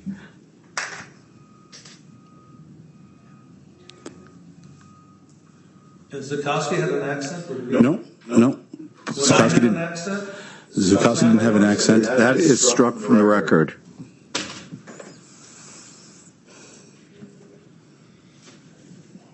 How about Officer Michael McDowell? Is he someone you supervised? He is. And what did you perceive his ethnic background to be? White. Don't know what his ethnicity is. Generic white? How about Sergeant Jason Harris? I didn't say generic white, sir. Well, you said Zukowski's Polish. No, generic white struck from the record. Clean it up. Pose a question. You said Zukowski's Polish. Objection. So what is McDowell? I don't. Objection, Your Honor. Sustained, asked and answered. What about Haskins? What's the question, sir? What did you perceive his ethnic background to be? Just, I don't know specifically what his ethnicity is. No. And it indicates that Donovan talked to other officers besides the complainants. Josh LeMay, you supervise him a lot? Not a lot, no. Patrick Merrigan? On and off, yes, with Patrick. Merrigan related to the former judge? I believe so. He gets a lot of gruff for that. Officer Jay Patinsky, did you supervise him? Yeah, Jay's a good guy. Jeffrey Soto, Cody Gilbo, is that the nephew of the Yeah. chief, the guy with the sticker? Yes, also a good guy. A good guy, Yeah. despite the Confederate flag. One has. That's correct. Yes, despite him once having a Confederate flag on his car. Despite him driving around town with a Confederate flag displayed on his vehicle, you don't have an issue with that. I spoke with Gilbo about it. It never became an issue again. In fact, when he graduated finally from the police academy, I congratulated him and had a pretty good back and forth with him. So the Confederate flag did not lead you to conclude that he was a racist or supported slavery? His was at the time, I believe, an era of not knowing. You never had someone who would advocate for an argument that, hey, think about what this could mean to people. He wasn't a supervisor. He wasn't a sergeant. Wasn't a lieutenant. He was a young man who, grew up locally, and no one had ever challenged him on that. And I don't believe that he's ever treated me in a way where there was any indication that there was some sort of bias going on. And Lieutenant William Gordon was your supervisor?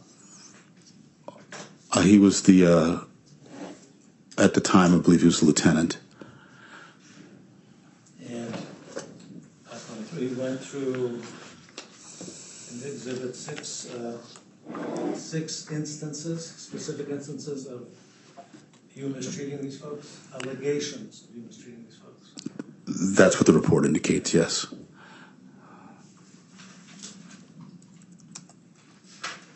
And he sustained some of them and did not sustain others.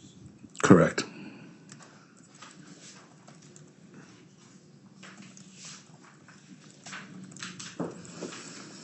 And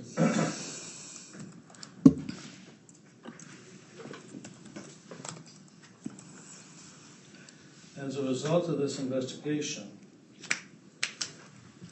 you received, as a result of the instances of misconduct sustained in this investigation, you received a letter of reprimand? Yes, sir. Which you never appealed? No.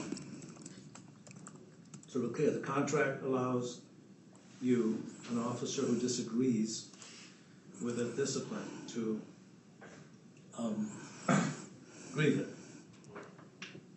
That's correct. And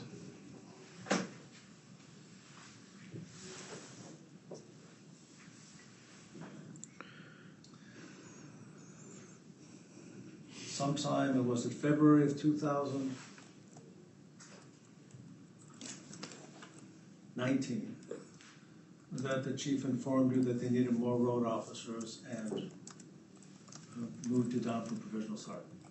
That's correct. That's correct. And you remain as a patrol officer. Like that. And then we had the next promotional process. Right. I think now is a good time to suspend. All right. Ladies and gentlemen, with the ongoing instruction not to discuss the case with anyone, friends, family members, anyone whatsoever, including amongst yourselves, or to do any investigation or research, or to look at any media reports where there are any. I wish you a peaceful and relaxing 4 days at least away from the Hampshire Superior Court. I look forward to greeting you